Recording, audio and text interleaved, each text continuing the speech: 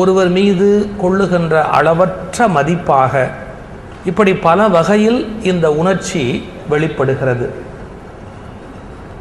இந்த உணர்ச்சியிலேயே இறைவனிடத்தில் மனிதன் செலுத்துகின்ற அந்த உணர்ச்சி பக்தி என்பதாக அடையாளம் காட்டப்படுகிறது. ரொம்ப ஆழமாக சிந்திக்கிற போது இதற்கெல்லாம் ஒன்றும் பெரிய வித்தியாசம் கிடையாது. இப்போது பக்திங்கிற சொல் ரொம்ப உயர்ந்தது, காதல் அப்படிங்கிற சொல் விரசமானது அப்படிங்கிற மாதிரியெல்லாம் நாம் நினைக்கிறோம். அது மைண்ட் செட். இறைவன் மீது பக்தன் குறிப்பிடுகிறார் ஞானசம்பந்தர். காதலாகி கசிந்து கண்ணீர் மல்கி ஓதுவார் தம்மை நன்னறிக்கு உய்ப்பது. இன்னும் நம்ம புரிந்து கொள்ள வேணும்னு சொன்னால், ஒரு மனிதன்கிட்ட பேங்க் பேலன்ஸ் ஒரு 1 லட்சம் ரூபாய் இருக்குது. இந்த 1 லட்சம் ரூபாய் அப்படிங்கிற வரையில் அது பொது. அந்த 1 லட்சத்தை வைத்துக்கொண்டு விதவிதமான அன்னதானம் பண்ணலாம், தானே சாப்பிட்டு செலவழிக்கலாம், எத்தனையோ வழிமுறை இருக்கிறது. ஆனால் மையப்பொருள் அந்த 1 லட்சம் தான். அது மாதிரி மனித மனதில் கிளர்ந்தெழுகிற உணர்ச்சி இருக்கிறது அல்லவா, அந்த உணர்ச்சி கீழானவர்கள் மீது, கீழானவர்கள் என்றால் வயதில் வேறு வகையில் அவர்கள் மீது அந்த உணர்ச்சி பாய்கிற போது அது அருள் என்று மாறுகிறது. கொஞ்சம் மேலானவர்கள் மீது அந்த உணர்ச்சி பாய்கிற போது அது பக்தி என்று அழைக்கப்படுகிறது. வேறு வகையான எதிர்பார்ப்போடு கூடிய அன்பாக இருக்கிற போது அது பாசம் என்கிற சொல்லாக சுட்டப்படுகிறது. ஆனால் எல்லாம் ஒன்று தான், மூல சக்தி அன்பு என்பது ஒன்று தான். அதனால் தான் இந்த நூற்றாண்டினுடைய ரொம்ப ரெவல்யூஷனரியாக திங்க் பண்ணவில்லை என்றால் அவர்கள் கடவுளை உணர முடியாது. அதுக்கு ஒரு வேடிக்கையான கதை சொல்கிறார். ஒருத்தர் போய் நான் பெரிய சன்னியாசி ஆகணும்னு சொல்கிறார். அவர் கேட்குறார், ஏன் அன்பு என்ற நெகிழ்ச்சி உண்டாகாதவர்கள் கடவுளை அனுபவிக்க முடியாது? இப்போ ஓஷோ எல்லாம் ஒரு பைத்தியக்கார, உண்மை அது அல்ல, மிகப்பெரிய சிந்தனையாளர் சொல்லியிருக்க மாட்டார்கள். ஆனால் இன்றைக்கு தமிழ்நாட்டில் ஏன் இந்தியா முழுவதும் கொண்டிருக்கிற பெருவாரியான சாமியார்கள் பேசுகிற சரக்கு ஓஷோவிடமிருந்து திருடப்பட்டது, ஓஷோவிடமிருந்து காப்பி அடிக்கப்பட்டது, ஓஷோவிடமிருந்து களவாடப்பட்டது. ஆனால் நம்முடைய தன்முனைப்பை பற்றிகிற நம்முடைய சாமியார்கள் பல பேர் ஓஷோ பெயரை உச்சரிப்பதில்லை. திருடர்கள் திருடர்கள் திருடர்கள். அவர்களை அக்னாலஜ் பண்ணணும். நான் இன்னார் இடத்துல இருந்து இந்த செய்தியை கேட்டேன், இவர் இந்த கருத்தை சொல்லி இருக்கிறார். இப்படி சொல்லாமலேயே எழுதுகிற பேசுகிற ஒரு கீழ்த்தரமான பழக்கம் இன்றைக்கு இந்தியா முழுவதும் உருவாகிவிட்டது. இந்த நாட்டின் சிந்தனையை புரட்டி போட்ட ஒரு பெரிய சிந்தனையாளன் ஓஷோ. அவர் மிக தெளிவாக எழுதுகிறார், எங்கு அன்பு அரும்பவில்லையோ, யாருடைய மனதில் அன்பினுடைய ஈரப்பசை ஒரு துளி தோன்றவில்லையோ அவர்களால் ஒருபோதும் கடவுளை தரிசிக்க முடியாது. சடங்குகள், சம்பிரதாயங்கள், மந்திரங்கள், நீங்கள் எத்தனை முயற்சி பண்ணினாலும் ஈரப்பசை என்கிற அன்பு உங்கள் உள்ளத்தில் இருந்து பிறக்க நமக்கு விளக்கி சொல்வதுதான் வடக்கே பக்த விஜயம். எத்தனை உணர்ச்சி வசப்பட்ட அன்பர்கள், பக்தர்கள், குழந்தைய அப்படியே களிமண்ணில் போட்டு மிதித்தவர் இருக்கிறார். வேணும்னா மிதிக்கிறார். பக்தி அவருக்கு, அந்த அன்பு நிகழ்ச்சி. என்ன செய்கிறோம்னு தெரியாது. விட்டல விட்டல என்று உருகியவர்கள், பாண்டுரங்கனிடத்தில் உள்ளத்தை பறிகொடுத்தவள். மீராவுடைய பக்தி வடக்கே பார்க்கிற போது, சொந்த கணவன் பக்கத்தில் இருக்கிற போது கணவன் பெரிதாக தெரியவில்லை, அந்த கண்ணனுடைய ஒரு பொம்மை அவளுக்கு படுக்கையிலே படுக்க வைத்து கண்ணனை கொஞ்சிக் கொண்டிருக்கிறாள். இதற்கெல்லாம் அறிவுபூர்வமான விளக்கங்களை யாராவது என்றைக்காவது சொல்லிவிட முடியுமா? மீராவுடைய அந்த வேகம் மிகுந்த விமர்சையான தீர்க்கமான அழுத்தமான அந்த காதலுக்கு யாராவது விளக்கம் சொல்ல முடியுமா? எந்த சமய நூலும் எந்த பிலாசபியும் அதற்கு விளக்கம் சொல்ல முடியாது. எனவே அன்பினுடைய நெகிழ்ச்சியில் தான் மதம் உருவாகிறது. இந்த அன்பினுடைய நெகிழ்ச்சியில் தென்னகத்தில் நீங்கள் பார்க்கிற ஒரு அதிசய வரலாறு கண்ணப்பனுடைய வரலாறு. மூடன், வேடன், காடன், காட்டில் வாழுகிறவன். அவனுக்கு சைவ சித்தாந்தம் தெரியாது, அவனுக்கு 14 சாஸ்திரங்கள் தெரியாது, அவனுக்கு அத்வைதம் தெரியாது, துவைத்தம் தெரியாது, வேதம் தெரியாது, ஆகமம் தெரியாது, இவையெல்லாம் தெரியாது. அதனால்தான் கடவுள் பக்கத்தில் போக முடிந்தது. நிறைய தகவல்களை சேகரித்தால் பல பேரோடு பம்பு வளர்க்கலாம், பல பேரோடு பரிமாறிக்கொள்கிறேன் என்று பேசி, உன்னை விட நான் அதிகம் படித்திருக்கிறேன், நான் 8 புத்தகம் படித்திருக்கிறேன், 15 புத்தகம் படித்திருக்கிறேன் என்று மண்டை வீங்கி சாகலாம். இதற்குத்தான் மக்கள் நிறைய தகவல் சேகரிக்கிறார்கள். அடுத்தவரை வாய் மூடி மௌனியாக்குவதற்காக, உன்னை விட நான் பெரிய படிப்பாளி என்று நிரூபிப்பதற்காக. ஆனால் இன்னொருவரை ஜெயிப்பதற்காக படிக்கிற படிப்பு விரயமானது. இன்னொருவரை முட்டாளாக்குவதற்காக படிக்கிற படிப்பு அர்த்தமற்றது, அவசியமற்றது, அநாகரிகமானதும் கூட. உண்மையான கல்வி என்ன? ஆச்சரியம். இந்த கண்ணப்ப நாயனாரை பற்றி சுந்தரமூர்த்தி சுவாமிகள் திருத்தொண்ட தொகை என்ற நூலில் எழுதுகிறார். கலை, நாட்டியம், பேச்சுக்கலை, பாட்டுக்கலை, இசைக்கலை, தாளக்கலை ஒன்றும் தெரியாது. ஆனால் அவனை எழுதுகிறார் யார்? சுந்தரமூர்த்தி சுவாமிகள். கலை மலிந்த சீர்நம்பி என்று எழுதுகிறார். எப்படி புரிந்து கொள்வது? படிப்பினுடைய, கல்வியினுடைய எல்லையாக விளங்கிய கண்ணப்பன் கலை மலிந்த சீர்நம்பி என்று எழுதுகிறார். பள்ளிக்கூடத்தின் படியை மிதிக்காதவனை படிப்பின் உச்சி என்று எழுதினார். கலை மலிந்த என்ன பொருள்? திருவள்ளுவர் சொல்லுகிறார், ஒருவனுக்கு கல்வி உண்டு என்பதற்கு என்ன அடையாளம் தெரியுமா? கற்றவர்கள் என்போர் கண்ணுடையார், மற்றவர் முகத்திரண்டு புண்ணுடையார் எழுதுகிறார். ஒரு மனுஷனுக்கு கல்வி இருந்தா அது ரெண்டு கண்ணு மாதிரி, கல்வி இல்லைன்னா அது கண்ணு இல்ல புண்ணு அப்படின்னு ஒரு குறள்ல எழுதினார். இதை முடிச்சுட்டார். கல்விதான் கண் அப்படின்னு எழுதுகிறார். இன்னொரு குறள்ல கண்ணோட்டம் அப்படின்னு ஒரு சொல் பயன்படுத்துறார். கண்ணோட்டம்னா இரக்கம். அவர் சொல்லுகிறார், கண்ணோட்டம் என்ற ஒன்று, இரக்கம் என்ற ஒன்று இருந்தால்தான் அது கண்ணாக கருதப்படும், இரக்கம் இல்லை என்றால் அது கண்ணாகவே கருதப்படாது என்று எழுதுகிறார். இந்த ரெண்டு குறளையும் நீங்க முடிச்சு போட்டு பார்க்கணும். கல்விதான் கண் என்று எழுதுகிறார், கண்ணின் பயனே கண்ணோட்டம், கண்ணிற்கு அணிகலம் கண்ணோட்டம் என்று எழுதுகிறார். அப்ப என்ன அர்த்தம்? கல்வியின் அடையாளமாக கண் கருதப்படுகிறது, கண்ணின் செயலாக கண்ணோட்டம் இரக்கம் கருதப்படுகிறது. எவனுக்கு அன்பும் இரக்கமும் இருக்கிறதோ அவன்தான் கல்வி கற்றவன். அந்த ரிவர்ஸ் தியரி சுத்தி போய் பிடிக்கணும். ஒரு நிறைய படிச்சுட்டு யாருக்கும் எதுவுமே உதவுறதில்லை, கொஞ்சம் கூட ஈவு இறக்கமே இல்லைன்னா அவன் படிச்சு ஒண்ணுதான், படிக்காம ஒண்ணுதான். ஒரு லைப்ரரியில இரும்பு ஷெல்ஃப்ல 200 புத்தகம் இருக்கிற மாதிரி இது ஒரு எலும்பு ஷெல்ஃப்ல ஒரு 200 புத்தகம் உள்ள உட்கார்ந்துருக்கு. அது இரும்பு ஷெல்ஃப் மாதிரி, இது ஒரு எலும்பு ஷெல்ஃப், அவ்வளவுதான். இதுக்குள்ள நிறைய லாயர் ஆர்குமெண்ட் இருக்கு, அது இருக்கு, இது இருக்கு, எல்லாம் சரி. அது ஒரு இரும்பு ஷெல்ஃப், இது ஒரு எலும்பு ஷெல்ஃப், அவ்வளவுதான். ஷெல்ஃபுக்கும் இவனுக்கு ஒன்றும் பெரிய வித்தியாசம் கிடையாது.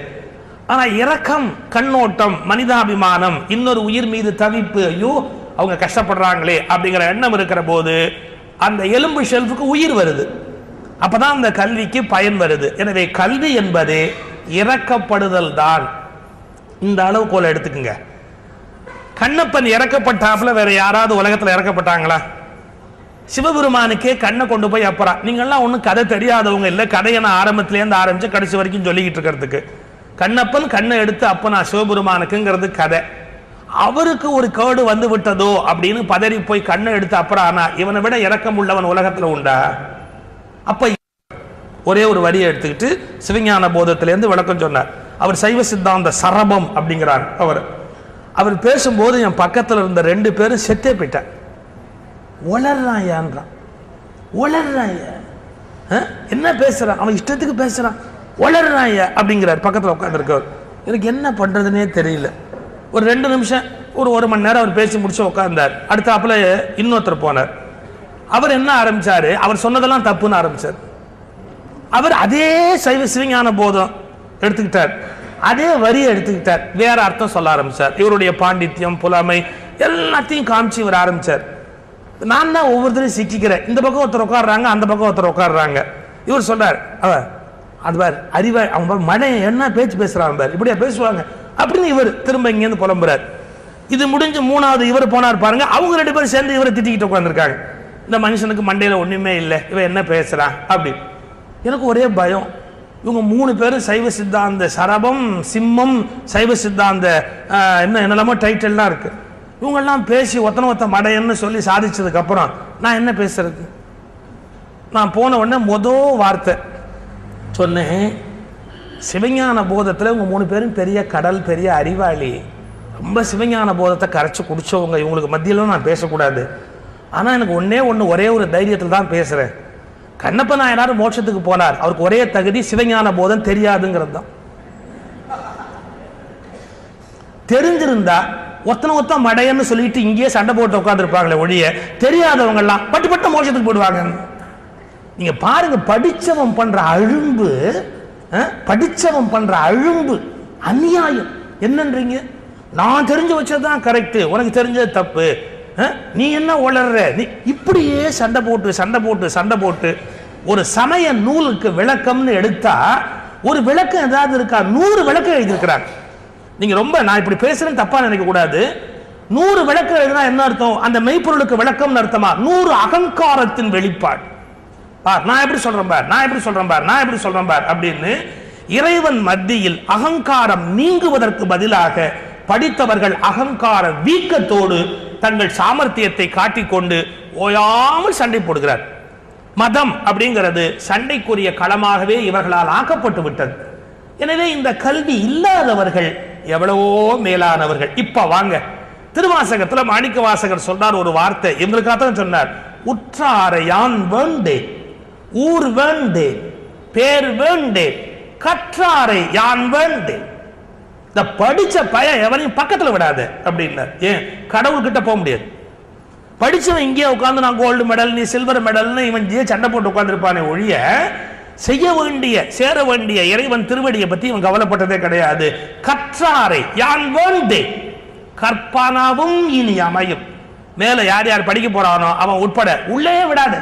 அவன் படிக்க என்ன பண்றான்? படிக்க அறிவினுடைய வீக்கத்தினால பகை வளர்க்கிறான், சண்டை போடுறான், மனிதனுக்குள்ள இருக்கிற அன்பை கெடுக்கிறான், தகராறு பண்ணி இறைவனை பற்றிய அனுபவத்தை கெடுக்கிறான்.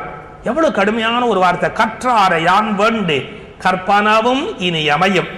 என்ன வேணும்? குற்றாலத்தமர்ந்துரையும் கூத்தா நின் குறை கழற்கே கற்றாவின் மனம் போல.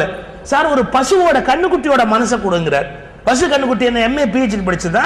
விஜயா காமராஜ் யூனிவர்சிட்டியில கரஸ்பாண்டன்ஸ் கோர்ஸ்ல பாஸ் பண்ணிச்சா? அது ஒன்னும் படிக்கல. படிச்ச மாணிக்க வாசகர் கேட்கிறார், ஒரு படிக்காத மாட்டோட மனசை கொடு, கற்றாவின் மனம் போல கசிந்து உருக வேண்டுவனே. ஒரு பசுவினுடைய கண்டுக்குட்டியை போல நான் கண்ணீர் விட்டு அழ வேண்டும் இறைவா, அப்படி ஒரு மனோநிலையை எனக்கு கொடு. எனவே கல்வியின் மீதான ஒரு அவநம்பிக்கை ஞானிகளுக்கு ஏன் ஏற்படுகிறது? கல்வி மனிதனுக்கு அகங்காரத்தை உண்டு பண்ணி கடவுளிலிருந்து அவனை அந்நியப்படுத்துகிறது. ஒரு சொட்டு அன்பு கூட உள்ளிருந்து தோன்றிவிடாதபடி கல்வி கவனமாக பார்த்துக் கொள்ளுகிறது. நீங்க நல்லா யோசிச்சு பாருங்க, பெண்கள் படிக்காத வரையில் வீட்டில் செலுத்திய அன்பு என்ன, பெண்கள் படித்த பிறகு வீட்டில் செலுத்துகிற அன்பு என்ன? கல்வி வளர்வதற்கு முன்பு மக்கள் கிராமத்தில் இருந்த அன்பு என்ன, கல்வி வளர்ந்த பிறகு கிராமத்தில் வந்திருக்கிற சூதுவாது என்ன? எங்கெல்லாம் கல்வி நுழைந்ததோ அங்கெல்லாம் வஞ்சனை, பொறாமை, அன்பின்மை, நேசமின்மை இவை முற்றி வெடித்து விட்டார்.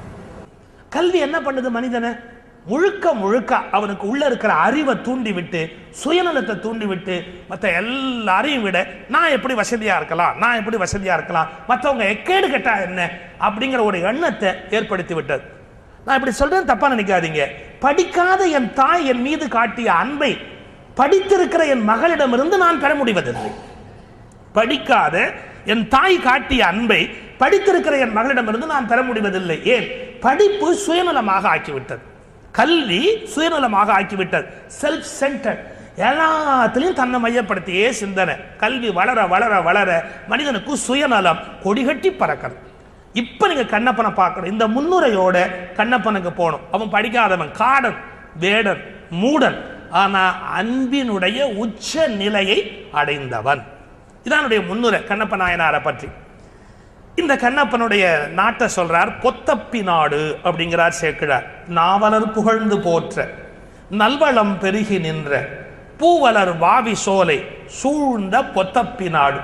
இயற்கை வளங்கள் நிறைய, குளம், அதுல தாமரை, அல்லி இதெல்லாம் பூத்திருக்கக்கூடிய வாவி சோலை, குளம் இருக்கு, சோலை இருக்கு, பொத்தப்பி நாடு. அந்த பொத்தப்பி நாடுல காடு, அதாவது காலத்துக்கு பக்கத்தில் இந்த ஊர் அமைந்திருக்கிற இடமெல்லாம் நல்ல காடு. இந்த காட்டுக்குள்ள வேடுவர்கள் குடியிருக்கிறாங்க, கொத்து கொத்தா குடியாக இருக்கிறார்கள். ஒரு ஆச்சரியமான உண்மை சொல்லட்டுமா? நீங்க பழங்குடி மக்களை பற்றிய ஆய்வுகளை எல்லாம் எடுத்து படிச்சீங்கன்னா, பழங்குடி மக்களுடைய பேச்சு மொழியில நான் அப்படிங்கிற சொல்லே இல்லையா, நான் அப்படிங்கிற சொல்லே இல்லையா. அவங்களுக்கு நான் அப்படின்னு தன்னை ஐடென்டிஃபை பண்ணவே தெரியாதான். அவங்க கூட்டம் மொத்தமான அந்த கொத்தைத்தான் நான் சொல்லி பழக்கப்பட்டிருக்காங்களே ஒழிய நான் அப்படிங்கிற தனிப்பட்ட சிந்தனையே இல்லை அப்படிங்கிறா. இதான் பழங்குடி மக்களுடைய ஆச்சரியமான குணம். எது திங்க் பண்ணாலும் அந்த குரூப்புக்கு மானம், குரூப்புக்கு அவமானம், குரூப்புக்கு தேவை, குரூப்புக்கு தேவையில்லாதது, அந்த கூட்டமாகவே சிந்திக்கிற பழக்கம், அதெல்லாம் போய் அப்புறமா கல்வி வளர வளரத்தான் நான் தன்னை பிரிச்சுக்கிட்டே போகிறது. இதான் துன்பத்துக்கான காரணம். நான் இந்த தேசத்தை நீங்கள் ஐடென்டிஃபை பண்ணால் தேசம் வளரும். நான் சொல்லி என் குடும்பத்தை ஐடென்டிஃபை பண்ணால் என் குடும்பம் வளரும். நான் சொல்லி என்னை மட்டுமே ஐடென்டிஃபை மக்களுடைய வாழ்க்கை முறை, அவங்களுக்கு நான் தன்னை பிரிச்சுக்கவே தெரியாது. அப்படிப்பட்ட காட்டு மக்கள், பழங்குடி மக்கள் வாழுகிற பகுதி அந்த பகுதி. சின்ன சின்ன குடிசை. இந்த குடிசைக்கு அவங்க வேலி போட்டிருக்கிறாங்க. அந்த வேலியே ரொம்ப அருமை. என்னன்னா யானை தந்தத்தை உடைச்சி வேலி போட்டிருக்கிறாங்க. நம்ம சொல்லுவாங்க, வேலியை கிளப்பிட்டு போனால் 10,000 ரூபாய் கிடைக்கும் போல் இருக்கு சார், உள்ள பூந்து திண்ட வேண்டிய அவசியமே இல்லை, வேலியை தூக்கின்னு போனால் போரும் போல் இருக்குது அப்படின்பா. அவங்களுக்கு வசதி, பொருள் மேலே பற்று அதெல்லாம் கிடையாது. இந்த யானை தந்தை என்ன விலை பெறும் அப்படின்னு, ஏன்னா அவங்க அப்போ வீரப்பனை பார்க்கல. பார்த்துருந்தாங்கன்னா அவங்களுக்கு யானை தந்தத்தோட வேல்யூ என்னெல்லாம் தெரிஞ்சிருக்கும். அவங்களுக்கு தெரியாது. இப்போ யானை தந்தத்தை எடுத்து என்ன பண்ணாங்களா, சுற்றி வேலி போட்டாங்களா.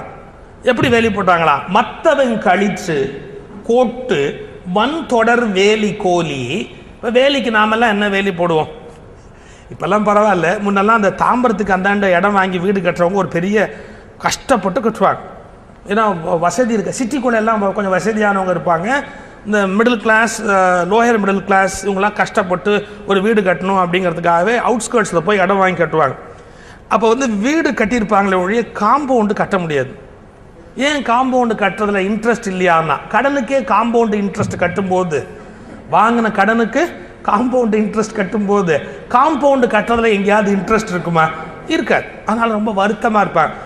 வீடே வெளிப்பக்கம் பூசிட்டு உள்பக்கம் பூசாமல் குடி போவாங்க. இதெல்லாம் ஒரு 20 வருஷத்துக்கு முன்னாடி பார்த்தவங்களுக்கு தெரியும். வீடு வெளிப்பக்கம் பூசியிருப்பாங்க, உள்பக்கம் பூச மாட்டாங்க. கிரகப்பிரவேசம் பண்ணுவாங்க, ஒன்றும் வசதி இருக்காது, செங்கல்லாம் உள்ள அப்படியே இருக்கும். என்ன அப்புறம் பூசிக்கலாம் சார் அப்படிம்பாங்க. வெள்ளை அடிச்சிருக்க மாட்டாங்க. அப்படிலாம் கஷ்டப்பட்டு இந்த காம்பவுண்ட் என்ன போடுவாங்க தெரியுமா, எனக்கு நல்ல ஞாபகம். மடிப்பாக்கம் மற்ற இடத்துலலாம் முதல்ல நான் சென்னைக்கு வந்துட்டு இடம் வாங்கணும்னு பார்க்க போன போது காம்பவுண்டு அந்த வேலியெல்லாம் கூட போடுறதுக்கு காசு இருக்காது. ஒரு கருங்கல் நெட்டு வேலி போடுறதுக்கு ஆடு தொடா இலைன்னு ஒன்று இருக்குது. ஆடா தொடை அப்படின்னு ஒரு ஆடு தொடா இலை இருக்குது. அந்த இலைக்கு என்ன விசேஷம்னா, அப்படி கிள்ளி இப்படி நட்டிங்கன்னா அப்படியே முளைச்சிக்கும். அது பாட்டுக்கு டக்க டக்க டக்க அப்படியே அது பாட்டுக்கு முளைச்சிக்கும் சுற்றி. அதையும் அது வேலியாக போட்டாச்சுன்னா ஆடு உள்ளே வராது. அது ஆடு தொடா இலை அப்படின்பா. அதெல்லாம் தான் அந்த மாலையில் கட்டுவாங்க. இப்படி இந்த மாலையில் குறுக்க வச்சு ஆடு கூட தொடாது தான் சொற்பொழிவாளனுக்குன்னு முடிவு பண்ணி அதை அந்த பச்சை ஃபில்லப் பண்ணுறதுக்கெல்லாம் மாலையில் உள்ள சேர்த்து வச்சு கட்டுவாங்க. அந்த ஆடு தொடா இலையில வேலி போட்டிருப்பாங்க. வசதி இல்லை. நம்ம நிலைமைக்கு பார்த்தா வேலிங்கிறது அப்படித்தான் ஒரு காலத்தில் இருந்தது, அவ்வளோதான் முடியும். இந்த வேடுவர்கள் போட்ட வேலி என்னன்னு படித்து பார்த்தா ஆனை தந்தம் காட்டில் சர்ப்ளஸாக அவைலபிள். யானை செத்து போகும், இல்லை இவங்களே சண்டை கிட்ட போட்டு கொல்லுவாங்க. கொண்டு விட்டு அந்த யானை தந்தத்தை எடுத்து அப்படி நட்டு வச்சுருப்பாங்களா, வரிசையாக குடிசையை சுற்றி வேலியாக நட்டு வச்சுருப்பாங்களா வேடுவர். ஒரு 2-3 அழகு பாருங்க. பழைய அந்த குறவஞ்சி இலக்கியம்னு ஒன்று உண்டு. இந்த மலையில் வாழுகிற குறவர்கள் எப்படி வாழுகிறார்கள்னு சொல்லுகிற தமிழ் இலக்கியங்கள் குறவஞ்சி இலக்கியம் இருக்குது. குற்றால குறவஞ்சி ஃபேமஸ். அதை தவிர நிறைய குறவஞ்சி இருக்குது. அவங்கெல்லாம் இடிக்கிறதுக்கு உரலில் போட்டு ஒரு பொருளை இடிக்கிறதுக்கு தெனமாவு பயிர் பண்ணி இடிக்கிறதுக்கு யானை தந்தத்தை வச்சு இடிப்பாங்களாம். உலக தனியாக வச்சுக்கிறது இல்லை. அதுக்கு பதிலாக யானை தந்தத்தை எடுத்துக்கிட்டு வந்து உரலில் போட்டு இடிப்பாங்க அப்படின்னா. ஏன்னா ஒரு விலை உயர்ந்த பொருள் அப்படிங்கிறதெல்லாம் அவங்களுக்கு ஒன்றும் பெருசாக தெரியாது. காட்டில் அவங்களுக்கு கிடைக்குது இலவசமாக, அதனால அதை கொண்டு வந்து போட்டு இடிப்பாங்க. இன்னொன்று மரம் அப்படின்னு ஒரு துறை இருக்குது தமிழ் இலக்கியங்களில், சிற்றிலக்கியத்தில். அதாவது இது மாதிரி வேடுவர்கள்ட்ட ராஜா பொண்ணு கேட்பான். ஏன் பொண்ணு கேட்குறான்னா, அவங்க ஊர் எல்லை, காட்டு எல்லையில் இந்த வேடுவர்கள் இருப்பாங்க. எதிரிகள் வரதா இருந்தால் இவங்களை தாண்டி தான் உள்ளே வரணும். அப்போ இவங்களோட சம்பந்தம் வச்சுக்கிட்டா வேற ராஜாக்கள் இங்கே உள்ளே வர முடியாது. அந்த குடும்பத்திலேருந்து பொண்ணு எடுத்து கல்யாணம் பண்ணிக்கிட்டா வேற ராஜாக்கள் உள்ளே வர முடியாது. அந்த ஒரு ஐடியாவில் இது மாதிரி வேடுவர்கள் ஊர் எல்லையில் இருக்கிற இந்த மாதிரி மக்கள்கிட்டேருந்து பெண்ணு கேட்டு ராஜா 2-3 கல்யாணம் பண்ணுவான். அந்த மாதிரி இந்த பெண் கேட்டு அனுப்புவான் ராஜா. தூதர்களை அனுப்பி அந்த வேடுவர் தலைவன்கிட்ட போய் எனக்கு பொண்ணு கேட்டுவா அப்படின்னு. இப்படி கேட்கும்போது அந்த வேடுவர்கள் பதில் சொல்வதை பற்றி ஒரு அழகான பகுதி இருக்கு. ஒரு வேட்டுவ ராஜா அந்த ராஜா கிட்ட போய் சோழ ராஜாவோ யாரோ ஒருத்த வந்து பொண்ணு கேட்டு அனுப்பிச்சு விடுறான், இந்த மாதிரி பொண்ணு கொடு அப்படின்னு. அவன் பதில் சொல்லலைங்க. வந்தவன்கிட்ட கேட்குறான் இது என்ன அப்படின்னா, இந்த மாதிரி அரசருடைய திருமுகம்னா கடிதங்களை சொல்லுவாங்க. அரசருடைய திருமுகம். இந்த வேடுவன் கிண்டல் பண்றான், முகத்தை இங்க அனுப்பிச்சுட்டு உடம்ப வச்சுக்கிட்டு ராஜா அங்க என்ன பண்றாருன்னா, இங்க முகத்தை அனுப்பிச்சிட்டு ராஜா அங்க உடம்ப வச்சுக்கிட்டு என்ன பண்றாருன்னா, இப்போ அதெல்லாம் அப்புறம் நான் பேச முடியுமா, அதை படிச்சுப்பார், என்ன இருக்கு நீ படின்னா, ஏன்னா எனக்கு படிக்க தெரியாது, எழுத படிக்க தெரியாது, என்ன இருக்குன்னு உன் பொண்ணை கேட்குறான் ராஜா அப்படின்னு. இவன் பதில் சொல்லிங்க உள்ள திரும்பி சொல்றான், இந்த தெனை அளக்கிறதுக்கு படி, டேய் அந்த சோழர் படி எடு, பாண்டியர் படி எடு, சேரர் படி எடு, இப்படிதான் பேசிக்கிட்டு இருக்கிறான். என்ன சேரர் படினா என்ன, சோழர் படினா என்ன, பாண்டியர் படினா என்னன்னு பார்த்தா, அந்த ராஜாக்களை வென்று கொன்று அவங்க கிரீடத்தை எடுத்துக்கிட்டு வந்து இவன் தெனை அளக்கிறானோ. அப்ப என்ன அர்த்தம், டேய் உங்க கிரீடமே எனக்கு படிடா, உங்க தலையில ராஜா வச்சிருக்கிற கிரீடத்தை வச்சு நான் தெனமாவை அளந்துகிட்டு இருக்கிறேன், நான் எப்படிடா பொண்ணு கொடுப்பேன்.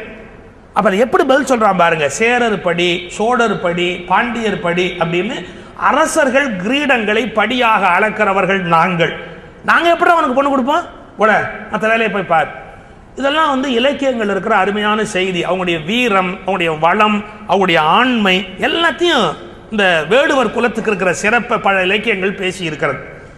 இந்த இடத்துல யானை தந்தத்தாலே வேலி போட்டுங்கிற போது நமக்கு ஒரு டவுட் வரும், நிஜமாவே அப்படி யானை தந்தத்தில் வேலி போட முடியுமா? நான் சிம்பிளா ஒரே ஒரு ஆன்சர் சொல்லிட்டு போறேன்.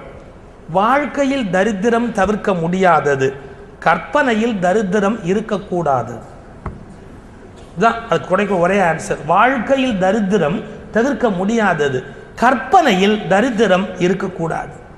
அதனால கற்பனையில் தரித்திரம் இருக்கக்கூடாது. இதுல எங்க பேராசிரியர் அமரர் ராதாகிருஷ்ணன் சொல்வார். இன்னைக்கு கூட ஒருத்தர் கேட்டார், நீங்க ஒரு ஸ்டூடெண்டா? நான் அவர்கிட்ட போய் கல்லூரியில் படிக்கல, ஆனால் மேடையில் நிறைய படிச்சிருக்கேன். அமரர் ராதாகிருஷ்ணன் சொல்வார், டே லைஃப்ல தரித்திரம் தவிர்க்க முடியாதுடா, கற்பனையில் என்னடா தரித்திரம் அப்படிம்ப. இப்போ சில பேர் கற்பனையில் கூட ரொம்ப கரெக்டாக தரித்திரமா இருப்பான். எப்படின்னு இப்போ என்ன யாராவது உதாரணத்துக்கு ஒரு லட்டு அப்படின்னா, உதாரணத்துக்கு ஒரு லட்டுன்னு இப்படி பிடிப்பேன்.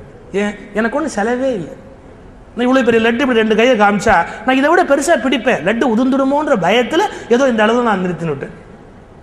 இப்போ சில பேர் எப்படின்னா, உதாரணத்துக்கு ஒரு லட்டு கேட்டா சொல்லுவான் யதார்த்த இலக்கியம் அப்படிமா. என்னடா உள்ளது உள்ளபடி எழுதணும், எக்ஸாஜரேஷனே பொயட்ரியில் இருக்கக்கூடாது, மிகைப்படுத்துதல் கூடாது கவிதையில், உள்ளது உள்ளபடி எழுதணும்னா வெண்டக்கா. அதனால் உள்ளது உள்ளபடி எழுதுறதுக்கு இலக்கியம் வேணுமா, கொஞ்சம் எக்ஸாஜரேஷன் வேணும். பொயட்ரியில், லிட்ரேச்சரில், ட்ராமாவில் ஒரு எக்ஸாஜரேஷன் வேணும். ஏன், ஆனால் வாழ்க்கையில் தான் தரித்திரமா இருக்கு, அப்புறம் கற்பனையிலேயாவது விசாலமா இருக்க வேண்டாமா? ஆழ்வார் கண்ணனுக்கு தொட்டில் போட்டார். ஆணி பொன்னாலே செய்த வண்ணச்சிறு தொட்டில் பேணி உனக்கு பிரமன் விடுதந்தான் மாணிக்குரளனே தாலேலோ வைய மளந்தானே தாலேலோ. மாணிக்கம் கட்டி வைரம் இடை கட்டி ஆணி பொன்னால் செய்த வண்ணச்சிறு தொட்டில். மாணிக்கம் கட்டி வைரம் இடை கட்டி ஆணி பொன்னால் செய்த வண்ணச்சிறு தொட்டில். யாரு பண்ணினா, உள்ளூர் ஆசாரியா? இல்ல, பேணி உனக்கு பிரமன் விடுதந்தான் மாணிக்குரளனே தாலேலோன்னர். இது கற்பனை தான். மாணிக்கம் வைரம் வைடூரியம் தொட்டில போட முடியுமா அப்படின்னு கேட்போம். இப்போ நீங்கள் யதார்த்த இலக்கியம்ங்கிறது இப்போ லேட்டஸ்ட், உள்ளது உள்ளபடி எழுது, ஒரு வார்த்தை கூட எக்ஸாஜரேட் பண்ணாத அப்படின்னா. இப்போ என்ன தொட்டில் எழுதுறது, கிழிந்த வேஷ்டி கட்டி, கிளுகிழுப்பை அதில் கட்டி, குழந்தைக்கு உடம்பெல்லாம் கட்டி, நீங்கள் உள்ளது உள்ளபடி எழுதணும்னா இதான் எழுத முடியும்னா. லைஃப்ல தான் தரித்திரம் இருக்கு, பாட்டில் இருந்தால் தரித்திரம் இருக்குன்னா. பாட்டில் விசாலமா இரு, ஆறு வேணாம்னா. உங்களுக்கு தெரியும், ஆண்டாள் திருமாலிருஞ்சோலைக்கு போறார். திருமாலிருஞ்சோலை பெருமாளுக்கு நைவேத்தியம் வச்சா, 4 மலர்பொழில் சூழ் மாலிரும் சோலை நம்பிக்கை 100 தடா நிறைந்த வெண்ணெய், 100 அண்டா வெண்ணெய், 100 அண்டா வெண்ணெய் கொடுக்க முடியுமா? இவங்க அப்பா யாரு, விஷ்ணு பட்டர், அதாவது கோயில் பட்டாச்சாரியார், கோயில் பட்டர். இவங்க கொடுக்குறேன்னு சொல்றது அமுல் பட்டர். எங்கேயாவது கோயில் பட்டர் பொண்ணு அமுல் பட்டர் ஒரு 100 அண்டா கொடுக்க முடியுமா? வசதி இருக்குமா? பிராக்டிக்கலா பார்த்தா வசதி இருக்காது. ஒண்ணு புரிஞ்சுக்கணும், வாழ்க்கையில வசதி இருக்காது, ஆனா வாக்குல வசதி இருக்கு.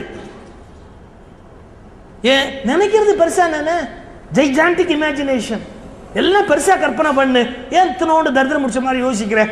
100 தடா நிறைந்த வெண்ணெய், 100 தடா நிறைந்த அக்கார அடிசில் கொடுக்க முடியலையா? 100 தடா நிறைந்த அக்கார அடிசில் சொன்னேன், கொடுக்க முடியல, சொல்லிட்டு என்ன நடந்தது?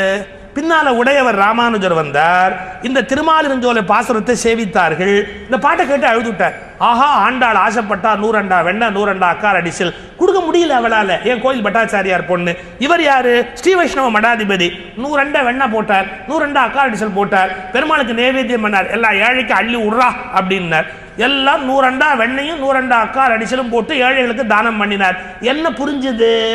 ஆண்டாளால கொடுக்க முடியாட்டாலும் வாயால சொன்னா ஒரு உண்மை நமக்கு புரியணும். நம்முடைய எண்ணம் வலிமையாக இருந்தால் நாம் உயிரோடு இல்லை என்றாலும் அது நிறைவேறும் என்கிற உண்மையை இதன் மூலம் நாம் புரிந்து கொள்ள வேண்டும். நம்ம எண்ணம் வலிமையா இருக்கிற போது நாம இல்லைன்னா கூட அது நடக்க ஆரம்பிச்சிடும். அப்ப பெருசா நினைக்கணும், தாராளமா நினைக்கணும், தரித்திரமா நினைக்கக்கூடாது. இதுக்கு தான் எங்கள் பேராசிரியர் ஆர்ஆர் சொல்வார், ராமநாதபுரத்துலேருந்து அப்போ ராமேஸ்வரம் எக்ஸ்பிரஸ்னு ஒரு ரயில் வந்துக்கிட்டு இருந்தது. இப்போலாம் நிறுத்திவிட்டாங்க இந்த மீட்டர் கேஜ் எல்லாம் இன்னும் மாற்றுறதுக்காக. அது ராமநாதபுரம் வழியாக வந்து தஞ்சாவூர் வழியாக வந்து இப்படி வரும். ராமேஸ்வரத்துலேருந்து ராமநாதபுரத்துலேருந்து 2 பேர் இந்த ரயிலில் ஏறி உட்காந்தாங்க. ராமநாதபுரம் எப்போவுமே வறட்சியான மாவட்டம். ரயிலில் ஏறி உட்காந்து இப்படி போகும்போது தஞ்சாவூர் வழியாக வண்டி வந்தது.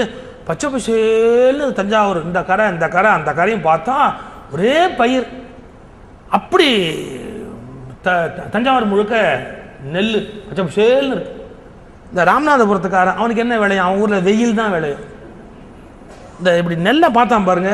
பக்கத்தில் இருந்த சொன்னான், அண்ணே அண்ணே இன்னமும் பச்சை பசேல்னு இருக்குண்ணே, இங்கே மட்டும் நமக்கு ஒரு 2 ஏக்கர் இருந்தா அப்படின்னு பட்டுன்னு அடித்தான்.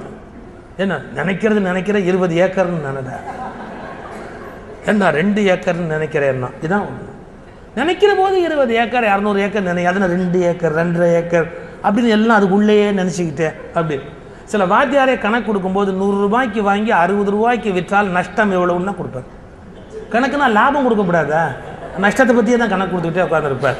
இவங்கெல்லாம் லைஃப்பில் முன்னேறது ரொம்ப கஷ்டம். உதாரணம் சொன்னால் கூட அது மேலே போடும், பெருசாக போகணும். அதை பற்றி கற்பனைகள் பெருசாக இருக்கணும், விசாலமாக இருக்கணும். இந்த பாட்டுக்கு வேடுவர்கள் யானை தந்தத்தில் வேலி போட்டார்களான்னு உட்காந்து பிஹெச்டி ஆராய்ச்சிலாம் பண்ணாதீங்க. வேலி யானை தந்தத்தில் போட்டார்கள் என்பது கற்பனை என்றாலும் அது உயர்ந்த கற்பனை. கற்பனைகள் கூட உயர்வாக இருக்க வேண்டும், மிகையாக இருக்கலாம், எக்ஸாஜரேஷன் நீங்க சொல்லலாம். ஒரு பழைய பாட்டு உண்டு, குழந்தை அழுத கண்ணீர் ஆராய் பெருகி வரேன்னா. எந்த ஊர்லயே அது புள்ள அழுது ஆறு வருமா? அப்படி வரும்னா காவிரியில் போய் 4 புள்ளைய உட்காந்து ஒரு திருகி காவிரி பிரச்சனையை சால்வ் பண்ணிடலாமே. இல்லையே, குழந்தை அழுத கண்ணீர் ஆறாவும் வராது, காவாவாயும் வராது. ஆனால் தமிழில் தாலாட்டு வச்சா, குழந்தை அழுத கண்ணீர் ஆராய் பெருகு வர அதில் யானை குளித்தேரேன்னா. அடப்பாது, எங்கேயாவது யானை அதில் குளிக்க முடியுமா? குழந்தை அழுத கண்ணீர் ஆராய் பெருகி வர அதில் யானை குளித்தேற குதிரை குளித்தேற. அப்புறம் அந்த டேம் கட்டி விட்டான், மஞ்சளுக்கு பாய்ந்து இஞ்சிக்கு பாய்ந்து. அடே இரிகேஷன் சிஸ்டமே ஆரம்பிச்சிட்டான். மஞ்சளுக்கு பாய்ந்து இஞ்சிக்கு பாய்ந்து கடைசியில் வாழைக்கு பாய்கையிலே வற்றியதாம் கண்ணீர்னா. நல்ல வேளை வாழை மரம் இருந்ததோ கண்ணீர் வத்துச்சோம்னா. It is not true. ஒரு குழந்தை அழுத கண்ணீர் ஆறாவும் வராது, ஒரு நதியாகவும் வராது, மஞ்சளுக்கும் பாயாது. பின்ன என்னன்னா அது எதை புலப்படுத்துகிறதுன்னா கவிஞரின் பொய்ய அல்ல, தாயின் அன்பை புலப்படுத்துகிறது. அவளுக்கு அந்த 2 சொட்டு ஒரு 6 மாதிரி பெருகிட்ட மாதிரி பாசம் பெருகிருச்சு. அப்ப அந்த எக்ஸாஜரேஷன் எதை புலப்படுத்துகிறது? அந்த எக்ஸாஜரேஷன் எதை நமக்கு புரிய வைக்கிறதுனா தாயின் அன்பை புரிய வைக்கிறது. அதுபோல இது மிகைப்படுத்தப்பட்ட கற்பனை என்றாலும் எதை புரிய வைக்கிறது? அந்த வேடுவர்கள் எப்படி வஞ்சனையின்றி வளம் அவர்கள் அமைத்திருந்து, எவன் சொத்து எவனும் திருடுறதில்லை.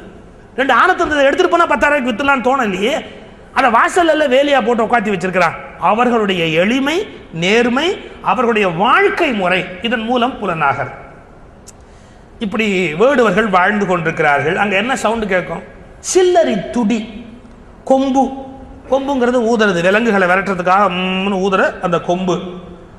அப்புறம் என்னன்னா கல் எனும் ஒலி, அருவி மேலேந்து விழுது, அப்படியே மலையிலேருந்து அப்படியே அருவி விழுது. கல் எனும் ஒலியின் மேலும் கரங்கிசை அருவி எங்கும். இதோட மட்டும் இல்ல, அங்க இன்னும் ஒரு சவுண்டு கேட்கும், கொல், குத்து. ஏன்? அது வேடுவர்கள் குடிசை, அவங்களுக்கு அண்ணன் சத்தம் கேட்க முடியும். இதை எதுக்கு சேர்க்கிறார் எழுதுறாருன்னா, நான் நேற்று சொன்ன பாருங்க, சூழ்நிலைன்னு குழந்தை உண்டாகிற போது என்வாயன்மெண்ட் நம்ம சொல்லிக்கிட்டு இருக்கிறோம் இல்லையா, அது உண்டாகிற காலத்தில் சுற்றி இருக்கிற சூழ்நிலை அதை வெகுவாக பாதிக்கும். ஆனால் அதை பாதிக்கிறதையும் தாண்டி வளர்றவங்க தான் ரொம்ப பெரிய. ஒரு அக்ரஹாரத்தில் வளர்ந்த பிள்ளையா இருந்தால் வேதம் கேட்டிருக்கோம், நல்ல தோத்திரங்கள் கேட்டிருக்கோம், இசை கேட்டிருக்கோம். அந்த குழந்தை மைண்டு கண்டிஷன் ஆகிறது சுலபம். ஏன் ரிஃபைன்டு குவாலிட்டிஸ் பிகினிங்லேருந்தே வந்துடுது. மற்ற இடங்கள் இருக்கிற குழந்தைகள் அவங்க வாழ்ந்த வளர்ந்த சூழ்நிலைக்கு பார்த்தீங்கன்னா அவங்களுக்கு குளிக்கிறதோ சுகாதாரமாக இருக்கிறதோ சொல்லித்தரப்பட்டிருக்காரு. இதை பற்றிலாம் காந்தி கவலைப்பட்டார். ஏன் இந்த நாட்டில் ஏன் இந்த பிரிவு இருக்குது, ஏன் இன்னும் மக்கள் கீழே இருக்கிறாங்க, அவங்க வீட்டு கழிவறைகள் ஏன் சுத்தமாக இல்லை, அவங்களுக்கு ஏன் கழிவறைகள் இல்லைன்னு காந்தி கவலைப்பட்டார். வேறு எவனாவது கவலைப்பட்டாங்க இல்லை. அவங்களுடைய சூழ்நிலையே அவங்க வளருவதற்கு தடையா இருக்கு. அவங்க மேற்கொண்டு சிந்திக்கிறதுக்கு முடியல, அவங்களுக்கு சிந்தனைகளை சொல்லித்தர முடியல. இந்த மாதிரியான சூழல்லேருந்து வர குழந்தைகள், முரட்டுத்தனமான சூழலில் வளர்ந்த குழந்தைகள் முரட்டுத்தனமான காரியம் பண்ணும். இப்போ கண்ணப்பர் தோன்றிய இடம் என்ன? அது வேளுவர் குடிசை. அங்கே என்ன, கொல் அரி குத்து குல்லு வெட்டு குத்து, இந்த சத்தம் எவப்பதாலும் கேட்டுக்கிட்டே இருக்கு. இங்கேருந்து இந்த குழந்தை பிறக்குது, அந்த குழந்தை சிவபெருமான் மேலே அன்பா இருக்கு. அதுக்கு வராது சேர்க்கிட. இந்த சூழலை தாண்டி அந்த குழந்தை எப்படி மேலே வருது? எப்போவுமே வாழ்க்கையில் வெற்றி பெறுறவங்க சூழல் சாதகமாக இருந்து வெற்றி பெற்றேன்னு சொன்னால் பெருமைப்படுறதுக்கு ஒன்றுமே இல்லை. எந்த விதமான சாதகமான சூழ்நிலையும் இல்லை அப்படிங்கிற போது நான் ஜெயிச்சு காட்டுறேங்கிறான் பாருங்க, அவன் தான் உண்மையான வெற்றியாள். எல்லாம் எனக்கு ஃபேவரட்டாக இருக்கு, நான் ஜெயிக்கிறேன். அதில் என்ன இருக்கு பெருமை? சில பள்ளிக்கூடத்தில் சில வாத்தியார் சொல்வார், நல்ல மார்க் வாங்குற பையனா என்கிட்ட அனுப்பு. அப்புறம் நீர் எதுக்கு மக்கு பயலை என்கிட்ட அனுப்புனா நீர் கெட்டிக்கார வாத்தியார். ஏன் எவனும் பாஸ் பண்ண முடியாதுன்னு சொன்னானா அந்த பையனை என்கிட்ட அனுப்பு. அவர் தான் சார் வாத்தியார். இப்போ சில பிரைவேட் ஸ்கூல்லேயே ஒரு அக்கிரமம் நடக்குது. என்ன தெரியுமா? அக்கம் பக்கம் கவர்மெண்ட் ஸ்கூல்ல எல்லாம் ஃபர்ஸ்ட் ரேங்க் வாங்குற பசங்களை எல்லாம் இவங்க இந்த மெட்ரிகுலேஷன் ஸ்கூலில் மற்ற ஸ்கூலில் ஃப்ரீ சீட்டு ஃப்ரீ ஹாஸ்டல்னு சொல்லி அக்கம் பக்கம் ஃபர்ஸ்ட் ரேங்க் வாங்குற பசங்களை எல்லாம் பிடிச்சி கொண்டாந்து ஸ்கூலில் போட்டுக்க வேண்டியது. அப்புறம் எங்கள் ஸ்கூல் 10%. அதாவது எவையவங்கிட்ட அவன் 9 வருஷம் படித்தானோ 8 வருஷம் படித்தானோ கெட்டிக்காரனாக இருந்தாலும் அங்கெல்லாம் விட்டுவிட்டு கடைசியாக 10th ஸ்டாண்டர்டில் மட்டும் கொண்டாந்து போட்டு நாங்கள் ஸ்டேட் ரேங்க்கு. இதெல்லாம் எவ்வளோ பெரிய பச்சை அயோக்கியத்தன்னு. அவன் நீ உருவாக்குனியா? ஜீரோலேருந்து உருவாக்குனியா? உருவாக்கணும். யாரை உருவாக்கணும்? மட்டி மடையன் படிக்கவே முடியாதவன் எங்கிட்ட அனுப்பு அப்படி. நான் 100 முறை சொல்வேன், ஒரு மெட்ரிகுலேஷன் ஸ்கூல்ல இருந்து 10% வாங்குறது எனக்கு ஒரு பெருமையாவே தெரியல. ஒரு கார்பரேஷன் பள்ளியில் ஒரு வாத்தியார் 10% வாங்க வச்சா அந்த வாத்தியாருக்கு கோயில் கட்டி கும்பிடலாம். ஏன் கார்பரேஷன் ஸ்கூல்ல பையன் படிக்கிற சூழ்நிலை இருக்கா? படிக்கிற சூழ்நிலையே இல்லை. அப்பா அம்மாலாம் படிச்சவங்களா? இல்லை. படிக்க வைக்கணும்னு ஆர்வமாவது உடையவங்களா? இல்லை. மாநகராட்சி பள்ளியில போராடுறாரு பாருங்க வாத்தியார், அவர் தான் வாத்தியார், அவர் தான் உண்மையான ஆசிரியர். நல்ல ரிஃபைன்டு குவாலிட்டி உள்ள ஸ்டூடெண்ட்ஸு எல்லாம் ஏ கிளாஸ் ஃபேமிலியிலேருந்து அப்படியே வருது. அதுக்கு அப்படியே நான் மார்க் வாங்கி வைக்கிறேன்னா அந்த ஆசிரியர்கள் ஒன்றும் பெருமைப்படுவதற்கு எதுவும் இல்லை.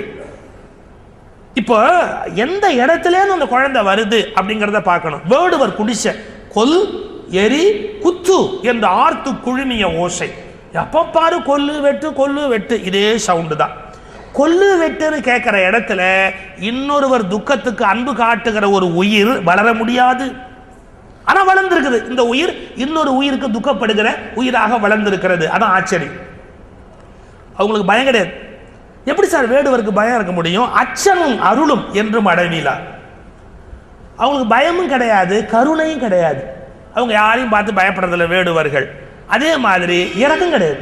யாராவது ஒருத்தர் ஒன்று கேட்டால் விட்டு விடலாம், ஒரு உயிரை கொல்லக்கூடாது அப்படின்னு விட்டுடலாம்னா அதுவும் கிடையாது. அச்சமும் அருளும் என்றும் அடைவீலார்.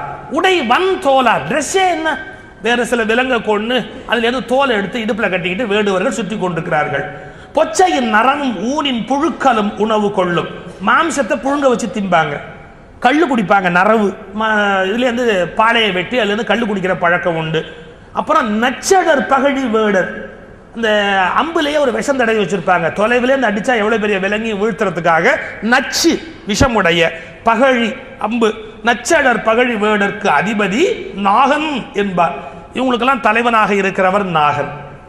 அவன் நல்லவன் தான். எப்படி நல்லவன் தெரியுதுன்னா, பெற்றியால் தவம் முன்பு செய்தான். எப்போ தவம் பண்ணியிருக்கான். அப்படி தவம் பண்ணாட்டி இப்படி ஒரு புள்ள பிறக்க முடியுமா? பெற்றியால் தவம் முன் செய்தார் ஆயினும் பிறப்பின் சார்பால் இப்ப வேடுவர் குலத்தில் பிறந்திருப்பதாலே குற்றமே குணமாய் கொள்வார். எல்லாம் குற்றம் தான், என்ன பண்ணாலும் தப்பு தான். குற்றமே குணமாய் கொள்வார். அவங்களுக்கு நியாயம் தெரியாது. தெரிஞ்சுட்டு நியாயத்தை அநியாயம்னு சொல்றவன், அநியாயத்தை நியாயம்னு சொல்றவன் வேற. தெரியாது, அதனால சொல்லிக்கிட்டு இருக்கிறான். குற்றமே குணமாய் கொள்வார். கொடுமையே தலை நொன்றுள்ளார். பயங்கர கொடுமை செய்வான், எதுக்கும் கவலைப்பட மாட்டான். நாகன்னு பேர். விற்றொழில் விரலின் மிக்கான். விரல்னா திறமை, வீரம் திறமைன்னு அர்த்தம். விரல்னா கெட்டிக்காரத்தனம். வில் தொழில வலிமை உடையவன். விற்றொழில் விரலின் மிக்கான், வெஞ்சின மடங்கள் போல்வான். கோபப்படுற சிங்கம் மாதிரி அவன். மற்றவன் குறிச்சி வாழ்க்கை மனைவையும் தத்தை. தத்தை அவன் மனைவி பேர் தத்தைன்னு பேர். இவன் பேர் இவனுடைய நாகன்னு பேரு, இவனுடைய மனைவி பேர் தத்தைன்னு பேர்.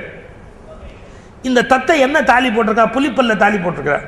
காட்டில் இருக்கிற வேடர்கள் தானே புலியை அடிச்சு புலி பல்லு எடுத்து அந்த புலி பல்லில் அப்படி ரெண்டா பிளந்து தாலியாக்கி மனைவிக்கு போட்டிருக்கிறார். அரும்பெறல் மறவர் தாயத்து ஒன்ற குடியில் வந்தாள் இரும்புலி எயிற்று தாலி.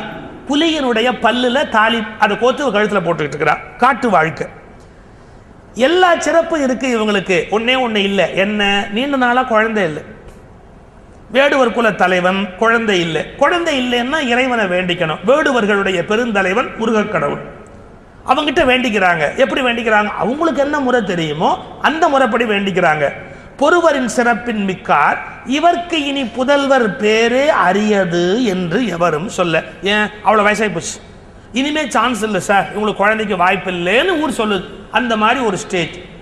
ஆனாலும் அவங்க விடா பக்தியோட முருகப்பெருமாட்ட போய் வேண்டிக்கிறாங்க. முருகாலர் அலங்கர் செவ்வே முருகவேள் முண்டில் சென்று, ஒரு வேல் வச்சு கும்பிடுற வேல் கோட்டம், அந்த வேடுவர்கள் குடிசைக்கு மத்தியில் முருகனுடைய ஒரு கோயில். அந்த முருகவேள் முண்டில் சென்று பரவுதல் செய்து, எனக்கு பிள்ளை கொடுப்பா, நல்ல பிள்ளையா கொடுப்பா, ஒரு பிள்ளை கொடுப்பா, ஒரு ஆம்பளை பிள்ளை கொடுப்பா அப்படின்னு எப்போ பார்த்தாலும் அந்த அப்பா அம்மா வேண்டிக்கிறாங்களா. பரவுதல் செய்து நாளும் பராய்க்கடன் நெறியில் நிற்பார். அவங்களுக்கு தெரிஞ்ச மெத்தட் அதை பின்பற்றி விரதம் இருக்கிறாங்க. அந்த முருகனுக்கு என்னென்ன கொடுத்தாங்க? அவங்களால என்ன கொடுக்க முடியுமோ அதை கொடுக்குறாங்க. வாரண சேவல், கோழி சேவல் கொடுத்தாங்க. வரிமயில் குலங்கள், ஆண் மயில் எல்லாம் பிடிச்சி கொண்டு போய் அந்த கோயிலுக்கு கொடுக்கறது. வரிமயில் குலங்கள் விட்டு தோரண மணிகள் தூக்கி கரும்படி கதம்பம் நாற்றி எப்படியெல்லாம் முருக வழிபாடு வேடுவர்கள் செய்வார்களோ அப்படியெல்லாம் செய்து பெரிய விழா எடுத்து முருகனுக்கு நோன்பு இருக்கிறார்.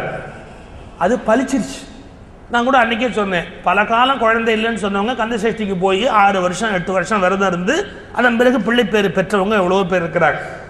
முருகனை பற்றி ஒரு செய்தி சொல்கிறான். யார் எது கேட்டாலும் இல்லைன்னு சொல்லி அவனுக்கு பழக்கம் இல்லையா. மொழியும் அடியார்கள் கோடி குறை கருதினாலும் வேறு முனிய அறியாத தேவர் பெருமாள். கோபப்பட தெரியாது. இன்னொன்று சொன்னா, முருகன் முட்டாள்னு எழுதியிருக்கான் சங்க இலக்கியத்தில். என்னடா முட்டாள்னா? யார் எது கேட்டாலும் கொடுத்துட்றார் சார்னா. அவன் தகுதி இருக்கா இல்லையாலாம் பார்க்கறது இல்லையா. அப்படி யோசிக்காம ஒரு காரியம் பண்ணா முட்டாள் தானே. அது மாதிரி யார் எது கேட்டாலும் இல்லைன்னு சொல்லாம கொடுத்துருவாராம். அப்பேற்பட்ட இரக்கமே வடிவமானவர் முருகன் இலக்கியங்களில் செய்தவர். அந்த முருகன் இடத்துல நோன்பு இருந்து எல்லாம் பண்ண ஒரு புள்ள பறந்துருச்சு சார். இவங்க குடும்பத்தில் இந்த புள்ள பறந்து வெளியில வருது. அதை எழுதுறார் சேர்க்கிறாரு. உப்பு கடல், கடல் பயங்கர உப்பு. பௌர்ணமி என்னைக்கு பார்த்துருக்கீங்களா? அந்த உப்பு கடல்லேருந்து நல்ல தங்கமயமான நிலவு இப்படி புறப்பட்டு வரும். ஒரு உப்பு கடல், அதுலேருந்து தங்கமயமான நிலவு வருது. இந்த கடலுக்கும் அந்த நிலவுக்கும் ஏதாவது சம்பந்தம் இருக்கா? சம்பந்தம் இல்லை. ஆனால் அது அங்கேயும் பிறக்குது. நீங்கள் பார்க்கும்போது கடல்லேருந்து பிறந்து அந்த பௌர்ணமி நிலவு வெளியில் வருது. அதுபோல இந்த வேடர் குடிசைக்கும் இவனுக்கும் சம்பந்தமே இல்லை. யாருக்கு? நம்ம பார்க்குற திண்ணப்பனுக்கும். ஆனால் இந்த வேடர் குடிசையிலேருந்து அவன் புறப்பட்டு வரான். இந்த அம்மா கர்ப்பத்திலேருந்து வரான். அதுக்கு எழுத்துறாரு ஓமை, பான்மதி உவரி ஈன்றால் என்ன? உப்பு கடல் அமுதமயமான சந்திரனை பெற்று தருவதை போல இந்த கொடுமையான வேடுவர்கள் இரக்கமே வடிவமான திண்ணனை. முருகனை பற்றி ஒரு செய்தி சொல்றான். யார் எது கேட்டாலும் இல்லைன்னு சொல்லி அவனுக்கு பழக்கம் இல்லையா. மொழியும் அடியார்கள் கோடி குறை கருதினாலும் வேறு முனிய அறியாத தேவர் பெருமாள். கோபப்பட தெரியாது. இன்னொன்று சொன்னா, முருகன் முட்டாள்னு எழுதியிருக்கான் சங்க இலக்கியத்தில். என்னடா முட்டாள்னா? யார் எது கேட்டாலும் கொடுத்துட்றார் சார்னா. அவன் தகுதி இருக்கா இல்லையாலாம் பார்க்கறது இல்லையா. அப்படி யோசிக்காம ஒரு காரியம் பண்ணா முட்டாள் தானே. அது மாதிரி யார் எது கேட்டாலும் இல்லைன்னு சொல்லாம கொடுத்துருவாராம். அப்பேற்பட்ட இரக்கமே வடிவமானவர் முருகன் இலக்கியங்களில் செய்தவர். அந்த முருகன் இடத்துல நோன்பு இருந்து எல்லாம் பண்ண ஒரு புள்ள பறந்துருச்சு சார். இவங்க குடும்பத்தில் இந்த புள்ள பறந்து வெளியில வருது. அதை எழுதுறார் சேர்க்கிறாரு. உப்பு கடல், கடல் பயங்கர உப்பு. பௌர்ணமி என்னைக்கு பார்த்துருக்கீங்களா? அந்த உப்பு கடல்லேருந்து நல்ல தங்கமயமான நிலவு இப்படி புறப்பட்டு வரும். ஒரு உப்பு கடல், அதுலேருந்து தங்கமயமான நிலவு வருது. இந்த கடலுக்கும் அந்த நிலவுக்கும் ஏதாவது சம்பந்தம் இருக்கா? சம்பந்தம் இல்லை. ஆனால் அது அங்கேயும் பிறக்குது. நீங்கள் பார்க்கும்போது கடல்லேருந்து பிறந்து அந்த பௌர்ணமி நிலவு வெளியில் வருது. அதுபோல இந்த வேடர் குடிசைக்கும் இவனுக்கும் சம்மந்தமே இல்லை. யாருக்கு நம்ம பார்க்குற திண்ணப்பனுக்கும். ஆனால் இந்த வேடர் குடிசையிலேருந்து அவன் புறப்பட்டு வரான். இந்த அம்மா கர்ப்பத்திலேருந்து வரான். அதுக்கு எழுத்துறாரு ஓமை, பான்மதி உவரி ஈன்றால் என்ன, உப்பு கடல் அமுதமயமான சந்திரனை பெற்று தருவதை போல இந்த கொடுமையான வேடுவர்கள் இரக்கமே வடிவமான திண்ணனை பெற்றுக் கொடுத்தார்.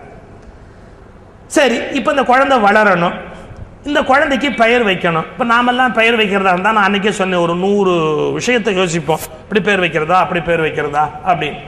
பேர் வைக்கிறதா இருந்தால் நம்ம வந்து ஜாதகப்படி வைப்போம், அப்புறம் அப்பா அம்மா பேர் வைக்கணும்னு வைப்போம், நியூமராலஜி பார்ப்போம், அப்புறம் நட்சத்திரப்படி எப்படி ஊழ ஆரம்பிக்கணுமா ஏழ ஆரம்பிக்கணுமா இப்படி எல்லாம் கட்டு கடைசியில் ஒரே அவஸ்தையில் முடிப்போம். ஏன்னா நியூமராலஜியும் ஜாதகமும் ஒத்து வராது. சாஸ்திரப்படி பார்த்து பேர் வைக்கிறதா இருந்தால் நியூமராலஜி படி வைக்க முடியாது. நீங்கள் என்ன பேர் வச்சாலும் கடைசியில் நம்ம பிள்ளைகளுக்கு பிடிக்க போகிறதில்ல. அது சொல்லி இப்படி ஒரு அநாகரிகமான பேர் உனக்கு எப்படிப்பா தோணுச்சு? ஊர் உலகத்தில் எவ்வளவோ பேர் இருக்கேப்பா, உனக்குன்னு ஏன்பா இப்படி ஒரு மோசமான பேர் தோணுச்சு? ஸ்கூலில் என் பேரை அட்டண்டன்ஸ் கூப்பிடும்போது எல்லாரும் சிரிக்கிறாங்கப்பா அப்படிங்கும். கடைசியில் அது 18 வயசானோன்னா எல்லாத்தையும் மாற்றிட்டு போக போகுது. நீ வச்ச பேர் உனக்கும் பெப்பே உங்கள் அப்பனுக்கும் பெப்பேன்னு எல்லாத்தையும் மாற்றிட்டு போக போகுது. ஆனால் அதுக்கே நாம் என்ன பண்ணோம், ஊரை கூட்டி தேரை கூட்டி அப்பா அம்மா பாட்டி உங்கள் பேர் எல்லாத்தையும் சேர்த்து அப்புறம் நட்சத்திரப்படி ஆரம்பிக்க வேண்டிய பேரை பார்த்து அப்புறம் நியூமராலஜி ஸ்பெல்லிங்கும் பார்த்து என்ன அவஸ்தைப்பட்டுலாம் பேர் வைக்கிறோம். இவங்க பேர் வச்சாங்க பாருங்க, வேடுவர்கள், படிப்பறிவு இல்லாதவங்க, ரொம்ப சிம்பிளாக பேர் வச்சுட்டாங்க. அப்பம் பிள்ளைய தூக்கினான், இப்படி எடுத்தான், பிள்ளை இப்படி தூக்கினான், ஐயோ புள்ள தின்னு இருக்குது, தின்னு பேர் வச்சுட்டான். நியூமராலஜி கன்சல்ட் பண்ணல, ஜாதகம் பார்க்கல, யாரையும் போய் தேடலை. ஊர் சில பேர் எங்கிட்ட ரொம்ப அவஸ்தைப்படுத்துவாங்க, சார் நீங்கள் தான் பேர் வைக்கணும். எப்படி பேர் வைக்கணும்? அதாவது இந்த ஜாதகம் பேர் பாட்டி பேர் இதெல்லாம் கலந்து வைக்கணும், ஆனால் மாடர்னாக இருக்கணும். எப்படிப்பா உங்கள் பாட்டி பேர் மாடர்னாக இருக்கும்? அது எல்லாம் வர மாதிரி வைங்க. அதாவது இவனால் முடியலேங்கிறதுக்காக நம்மக்கிட்ட கொண்டாந்து கொடுத்து ஒன்னாலும் இது முடியாதுடா அப்படின்னு நிரூபிச்சு இதுக்கு தான் நம்மக்கிட்ட கொண்டாந்து பேர் வைங்க அப்படின்னு கேட்டு எவ்வளோ சிம்பிள் பாருங்க. இப்போ நான் வந்து என்ன நோக்கத்துக்கு இதை சொல்கிறேன்னா கேலி பண்ணுறதுக்காக இல்லை, லைஃப்பை வந்து சிம்பிளாக கொண்டு போனாங்க நம்முடைய முன்னோர், சௌக்கியமாக இருந்தாங்க, சந்தோஷமாக இருந்தாங்க. நாம் என்ன பண்ணிட்டோம், எல்லாத்தையும் காம்ப்ளிகேட்டடாக ஆக்கிட்டோம் சார். இப்போ பாருங்களேன், நம்ம வீட்டில் ஒரு குழந்தைக்கு காது குத்துறதா இருந்தால் காது குத்தணும் அப்படின்னு சொல்லி இதுக்கு வந்து மாமா வரணும், மாமாவுக்கு லீவு கிடைக்காது, கோயிலில் வைக்கணும்னு சாஸ்திரம், ஆனால் நம்ம ஸ்டேட்டஸுக்கு குழந்தைய கொண்டு போய் கோயிலில் வைக்க முடியாது. அப்புறம் காது குத்தணுமே ஒழிய குத்துனா பிற்காலத்தில் குழந்தைகள் காதில் ஓட்டை இருந்தால் கஷ்டப்படும். நம்மளால் சடங்குகளை விடவும் முடியல, சாஸ்திரப்படி செய்யவும் முடியல. அதுக்கு வந்து ஞாயிற்றுக்கிழமையாக இருந்தால் தான் எல்லாரும் வர முடியும், தாய் மாமா வரணும், ஆனால் அதே சமயத்தில் எல்லாரும் வரணும். அதுக்காக எல்லாரும் ரொம்ப நேரம் இருந்துட்டு அத்தனை பேருக்கும் காலம்பரை டிஃபன் மத்தியான சாப்பாடுலாம் போட முடியாது, அதுக்கு தகுந்த மாதிரி ஒரு நேரத்தை பார்க்கணும். ஷோ யோ யோ யோ யோ காது குத்துறதுன்ற சிம்பிள் விஷயத்தை ஏதோ உலக குத்துற பெரிய விஷயம் மாதிரி ஆக்கி அது ஒரு 4 நாள் பிரச்சனையாகி இங்கே பேசி அங்கே பேசி இது ஃபோன் பண்ணி, அதாவது எல்லா சின்ன விஷயத்தையும் நம்ம எப்படியோ பயங்கர காம்ப்ளிகேட்டடாக ஆக்கிட்டோம் பாருங்க. லைஃப்பில் ரொம்ப ரொம்ப சின்ன சின்ன விஷயங்கள் எல்லாம் சந்தோஷத்துக்காக ஏற்பாடு பண்ணப்பட்டது, அது எல்லாத்தையும் துக்கமான பிரச்சனையாக ஆக்கிட்டோம். இது நான் சொசைட்டி கிண்டல் பண்ண நினைக்காதீங்க. சில வீட்டில் பெண் பெருசானா ஒரு சடங்கு பண்ணுவாங்க, அவசியமே இல்லை, இந்த நூற்றாண்டுக்கு அது அவசியமே இல்லை. ஆனால் அதுக்கு கடன் வாங்கி இது பண்ணி ஊர் உலகத்தில் எல்லாம் நகையை அடகு வச்சு பைத்தியகார்த்தனமாக படாத பாடுபட்டு இத்தனோண்டு வீட்டுக்குள்ளே எல்லாரையும் கூப்பிட்டு அந்த வீட்டுக்குள்ளே உள்ளே போனால் வெளியே வர முடியாது, வெளியே போனால் உள்ளே வர முடியாது, போகலன்னா அவங்க வீட்டுக்கு மறுபடியும் போகவே முடியாது. எல்லா விஷயமுமே எப்படியோ காம்ப்ளிகேட்டாக ஆகிடும். லைஃபை சிம்பிளாக ஸ்வீட்டாக எப்படி நடத்தணும் அப்படிங்கிறதுக்கு பழைய இலக்கியங்கள் தான் பார்க்கணும். பிள்ளைக்கு பேர் வச்சா அண்ணலை கையில் ஏந்தற்கு அருமையால் இப்படி தூக்குனா புள்ள பயங்கர வெயிட். சாதாரண இப்போ நாம் சொல்லுவோம் 2.5 கிலோலேருந்து 3 கிலோ வரைக்கும் புள்ள இருக்கலாம் அப்படின்னு சொல்லி, இது அதெல்லாம் தாண்டிடுச்சு, தூக்க முடியல, அப்பனால தூக்க முடியல, அப்பேற்பட்ட வெயிட்டு. நீங்கள் பெண்களே பார்த்தீங்கன்னா இப்போல்லாம் மயிலாப்பூர்லலாம் பார்த்தா அவங்களுக்கு தெரியும், அவங்க பிள்ளைக்கு வந்து ஃப்ளாஸ்க்கு இஸ்க்கு இதெல்லாம் பேக்கில் போட்டு அவங்க எடுத்துக்கிட்டு புருஷன்ட்டு சொல்லுவாங்க, குழந்தை நீங்கள் எடுத்துங்க அப்படின்னு. ஏன் எடுத்துக்கணும்னா, ஐயோ என்னால் நான் வெயிட்னா கீழே போட்டுருவேன், நீங்களே எடுத்துங்க அப்படி. அந்த இடத்துல தான் எனக்கு இன்னும் மரியாதையே மிச்சம் இருக்குது. இந்த மாதிரி கொஞ்சம் கஷ்டமான வேலைன்னா அதை இவன் செஞ்சால் பரவாயில்ல அப்படிங்கிறதுக்கு தான் இவனுக்கு இன்னும் அந்த மரியாதையே கொஞ்சமாக மிச்சம் இருக்குது. குழந்தைய அவன் தூக்கிட்டு வரணும், இப்படி தோளில் வச்சு இப்படி தூக்கிட்டு வரும், 2 மணி நேரம் 3 மணி நேரம் 4 ஆள். அந்த வெயிட் வந்து இப்போ தூக்க முடியல பல பேரால்.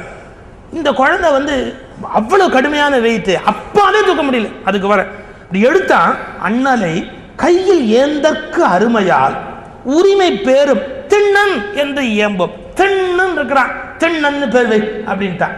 என்ன திண்ணிதை வேடர் ஆர்த்தார். உன்னை எல்லாரும் திண்ணன் திண்ணன் திண்ணன்னு அத்தனை பேர் சொன்னாங்க. புண்ணிய பொருளாய் உள்ள பொருவில் சீர் உருவினானே கண்ணினுக்கு அணியாய் தங்கள் கலன் பல அணிந்தார். அவங்களுக்குரிய மாலை, சோழி மாலை, என்னென்ன பல்லுல கிடைக்கக்கூடியது, விலங்கோட பற்கள், நகங்கள், அந்த குழந்தைக்கு அந்த நகை தானே போட முடியும், அதெல்லாம் அந்த குழந்தைக்கு அணிவிக்கிறார்கள். பாருங்க, அப்பா அப்படி எடுத்து தோல் மேல வச்சானா இந்த பிள்ளைய. அந்த காட்சியை வர்ணிக்கிறார் சேக்கிடார். இப்படி தோல் மேல வச்சானா அது எப்படா இருக்கும்னா, நீங்களாம் ஊட்டி ஈட்டி போயிருப்பீங்க. ஊட்டி இப்படி என்டர் பண்ணும்போதே அந்த மலையை நோக்கி போகும்போது மலை கருகருன்னு இருக்கும், நீளமா இருக்கும். நீல மலை இல்லையா, கருகருன்னு இருக்கும் அந்த மலை. அதுல அந்த வெண் மேகம் இருக்கு இல்லையா, கொஞ்சம் கருப்பு வெள்ளையமா இருக்கிற மேகம் இப்படி திட்டு திட்டா படுத்திருக்கும் அந்த மலை மேல. இதை இமேஜின் பண்ணிக்கோங்க. அந்த கருப்பு மலை மேல வெண்கார் மேகங்கள் படுத்திருக்கிறது எப்படி இருக்குமோ அது மாதிரி இந்த இவங்க அப்பா நாகனுடைய தோல்ல அந்த குழந்தை படுத்திருக்கிறது. கருவறை காளமேகம் ஏந்தியது என்ன. ஒரு மலையில மேகம் படுத்திருக்கிற மாதிரி இந்த குழந்தை பிஞ்சு குழந்தை, பஞ்சு குழந்தை. ஆனா அவங்க அப்பா தோல் நல்ல விளைஞ்ச தோல், பல வருஷமா சண்டை கண்டை போட்டு பழக்கப்பட்ட வேடர், ஜெய்ஜான்டிக் ஃபிகர் அவங்க அப்பா. அப்படி இருக்கிறான் மேலையும் கீழியுமா. இந்த தோல்ல குழந்தைய வச்சிருக்கிறான். அதனால கருவறை காளமேகம் ஏந்தியது என்ன தாதை பொறுவரை தோள்களார புதல்வரை எடுத்துக்கொண்டார். எடுத்தான். அப்புறம் சொல்றான், திண் என்று இருப்பதாலே திண்ணன் என்று பெயர் வைக்கிறேன். குழந்தைக்கு அரை மணி சுவடி கட்டி அழகுற வளர்க்கும் நாளில். அப்புறம் வேப்பங்கொட்டையில மாலை போட்டாங்க. அவங்க வசதிக்கு தானே முடியும். வேப்பங்கொட்டையை எடுத்து கோத்து அந்த குழந்தைக்கு மாலையா போட்டு இந்த குழந்தைய வளர்க்கிறார்கள். இவங்க வளர்ந்து 5 வயது வரப்போறான். இப்போ இந்த குழந்தை கொஞ்சம் கொஞ்சமா வளர்றான். சேக்கிழார் எழுதுறாரு, மழலை பேச ஆரம்பிச்சான். திருவாய் நீரில் உள் நனைந்து அமுதம் ஊறி ஒழுகிய மழலை தீஞ்சொல். அப்படி உண்மையிலேயே அழகு என்ன தெரியுமா, குழந்தைங்க மழலை பேசுது பாருங்க, அது ஒரு தனி அழகு. குதலைன்னு ஒன்று உண்டு, மழலைன்னு ஒன்று உண்டு. சேக்கிழார் குதலைங்கிற வார்த்தையும் பயன்படுத்துறார் ஒரு இடத்துல, மழலைங்கிற வார்த்தையும் இங்கே பயன்படுத்துறார். குதலைக்கும் மழலைக்கும் ஒரு வித்தியாசம் இருக்கு. மழலையில் எப்படின்னா சொல் வரும், இலக்கணம் சுத்தமாக வராது, வார்த்தை சொற்றொடரா வராது. குதலைன்னா என்னன்னா சொல்லே வராது, சவுண்டு மட்டும் வரும். இதுதான் வித்தியாசம். முதல்ல குழந்தைங்க எச்சல் கூட்டி வாய் கூட்டி பேசி கு கு அப்படின்னு ஒரு சவுண்டு கொடுக்கும். பெற்றவங்களுக்கு அவ்வளோ சந்தோஷமா இருக்கும். அந்த கு அப்படின்னு ஒரு சவுண்டு கொடுக்கும்போது அப்படியே ரசித்து பார்த்துக்கிட்டு இருப்பாங்க. அதை வச்சு பல குடும்பத்தில் ட்ராமாவே பண்ணுவாங்க. அந்த குழந்தை கு அப்படின்னு உடனே ஹஸ்பண்டை கூப்பிட்டு சொல்லுவாங்க, பாருங்க குழந்தை குங்குது, என்ன ஹார்லிக்ஸ் கேட்குது, இது என்ன டிக்ஷனரியில் இருக்குன்னுலாம் தெரியாது. அது அம்மா டிக்ஷனரின்னு ஒரு டிக்ஷனரி, அதில் தான் கு அப்படிங்குது. எப்படியே பார்த்தான், கு அப்படிங்குது. அப்புறம் பாருங்க ஷு அப்படிங்கும். ஐயோ ஹார்லிக்ஸ் வேணாமா, பூஸ்ட் கேட்குது. இஸ்ஸுன்னா பூஸ்ட்டு, ஹுன்னா ஹார்லிக்ஸு அப்படின்னு. கொஞ்சம் கழிச்சு இந்த 2 உதவி சேர்த்து இப்போ அப்படிங்க பாருங்க, அப்போன்னு கூப்பிடுறான். அது ஏன் இப்போங்குது, பெத்தது தப்புங்குது. ஆனால் இவன் சொல்லுவா அப்போ அப்படிங்குது. உடனே சட்டைக்கிட்டே மாட்டிட்டு குழந்தைங்க கவுன் வாங்க போயிடுவான். குழந்தை அப்பான்னு கூப்பிடுது. ஏதாவது இது வந்து குதலைன்னு பேரு, அதுக்கு வண்ணமென் குதலைம்பர் சேக்கிழார். அதாவது கலர்ஃபுல், ஒன்றும் மீனிங் கிடையாது, but it makes some sound. அதாவது இங்கே ஒரு சவுண்டு உண்டாகுது அந்த குழந்தைகிட்ட இருந்து, பட் அதுவே சுவாரஸ்யமானது. உலகத்திலேயே ஓஷோ சொல்வார், குழந்தைங்கிறது என்னன்னா கடவுள் மனிதன் மீது வைத்திருக்கிற நம்பிக்கைக்கான புதிய edition. It's a new edition faith. இந்த மனித வர்க்கம் உருப்படும் அப்படிங்கிறதுக்கு கடவுள் வச்சிருக்கிற நம்பிக்கைக்கான ஒரு நியூ எடிஷன் தான் குழந்தை. அது ஒரு புதிய பதிப்பு. ஒவ்வொரு குழந்தையும் வந்து நம்பிக்கை நட்சத்திரம். இதுக்கப்புறம் உலகம் மாறும், இந்த குழந்தையால உலகம் மாறும், இந்த குழந்தையால எத்தனையோ அற்புதம் நடக்கும், இந்த குழந்தை ஒரு பெரிய ஞானியா வரும் அப்படி. ஆனால் அந்த குழந்தைக்கு பாருங்க எப்போ ஆனந்தமா இருக்கும், ஆனந்தமயமா இருக்கும், விளையாடிக்கிட்டே இருக்கும். அது பேசுகிற மழலை 100 சொற்பொழிவை விட இனிமையானது ஒரு குழந்தையின் மழலை. 100 சொற்பொழிவை விட இனிமையானது ஒரு குழந்தையின் மழலை. சில சொற்பொழிவாளர்களே மேடையில் மழையில பேசுவார்.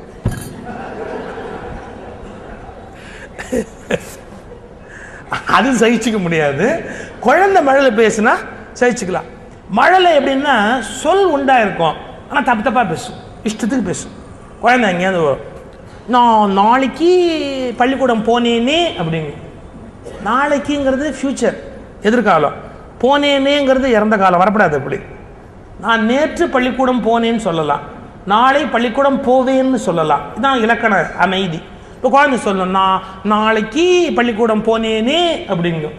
என்னப்பா இறந்த காலம் எதிர்காலம்லாம் ஒன்றா வருதுன்னா, தமிழுக்கு போதாத காலம் அதான் எல்லா காலமும் ஒன்றா சேர்ந்து குழந்தை வாயிலேருந்து வருது அப்படின்னு. ஆனாலும் என்ன, இலக்கண சுத்தமாக உங்கள் அப்பா பேசுறதை விட இலக்கண சுத்தம் இல்லாமல் புள்ள பேசுறத மணிக்கணக்காக கேட்கலாமே. ஏன் அல்ல, பொய் இல்லை, வஞ்சனை இல்லை, ஏமாத்து இல்லை, அது ஒரு மாதிரி பேசிக்கிட்டே இருக்கும். மழலை, இந்த மழலைக்கு ஒரு வார்த்தை போட்டார், மழலை தீஞ்சொல்னர். காதலுடைய பயன் குழந்தையுடைய மழலையை கேட்கிற அந்த சந்தோஷமான ஒரு சூழ்நிலை. குழந்தைகள் அவ்வளவு கற்பனையாக பேசும், புதுசு புதுசாக பேசும். நீங்கள் எதிர்பார்க்குற மாதிரியான அந்த ரொட்டீன் திங்கிங் வந்து குழந்தைக்கு இருக்காது. ரொம்ப சின்ன எனக்கு நினைவு இருக்குது, அண்ணனுடைய குழந்தை கை குழந்தையாக இருந்த காலம். இப்போ அவங்க எல்லாமே வளர்ந்துட்டாங்க. இப்படி மடியில் வச்சு கொஞ்சிக்கிட்டு இருக்கும்போது நான் அப்போ ஷர்ட் பேக்கெட் போட்டு பர்ஸ் இப்படி வச்சுருப்பேன், ஆஃப் ஸ்லாக் போட்டு பர்ஸ் எப்படி வச்சுருப்பேன். அந்த குழந்தை என்ன பண்ணிட்டு இந்த பர்ஸை இப்படி எடுத்து எடுத்து விளையாடிக்கிட்டே இருந்தது. இப்படி எடுத்து டபக்குன்னு உள்ளே போடும், எடுத்து டபக்குன்னு உள்ளே போடும் அந்த குழந்தை. அதுக்கு என்ன தோணித்துன்னு தெரில. உடனே அது இப்படி எடுத்து இப்படி உள்ளே போட்டுட்டு திடீர்னு சொல்லிச்சு, சிச்சப்பா இது ஷெட்டு அப்படின்ச்சு.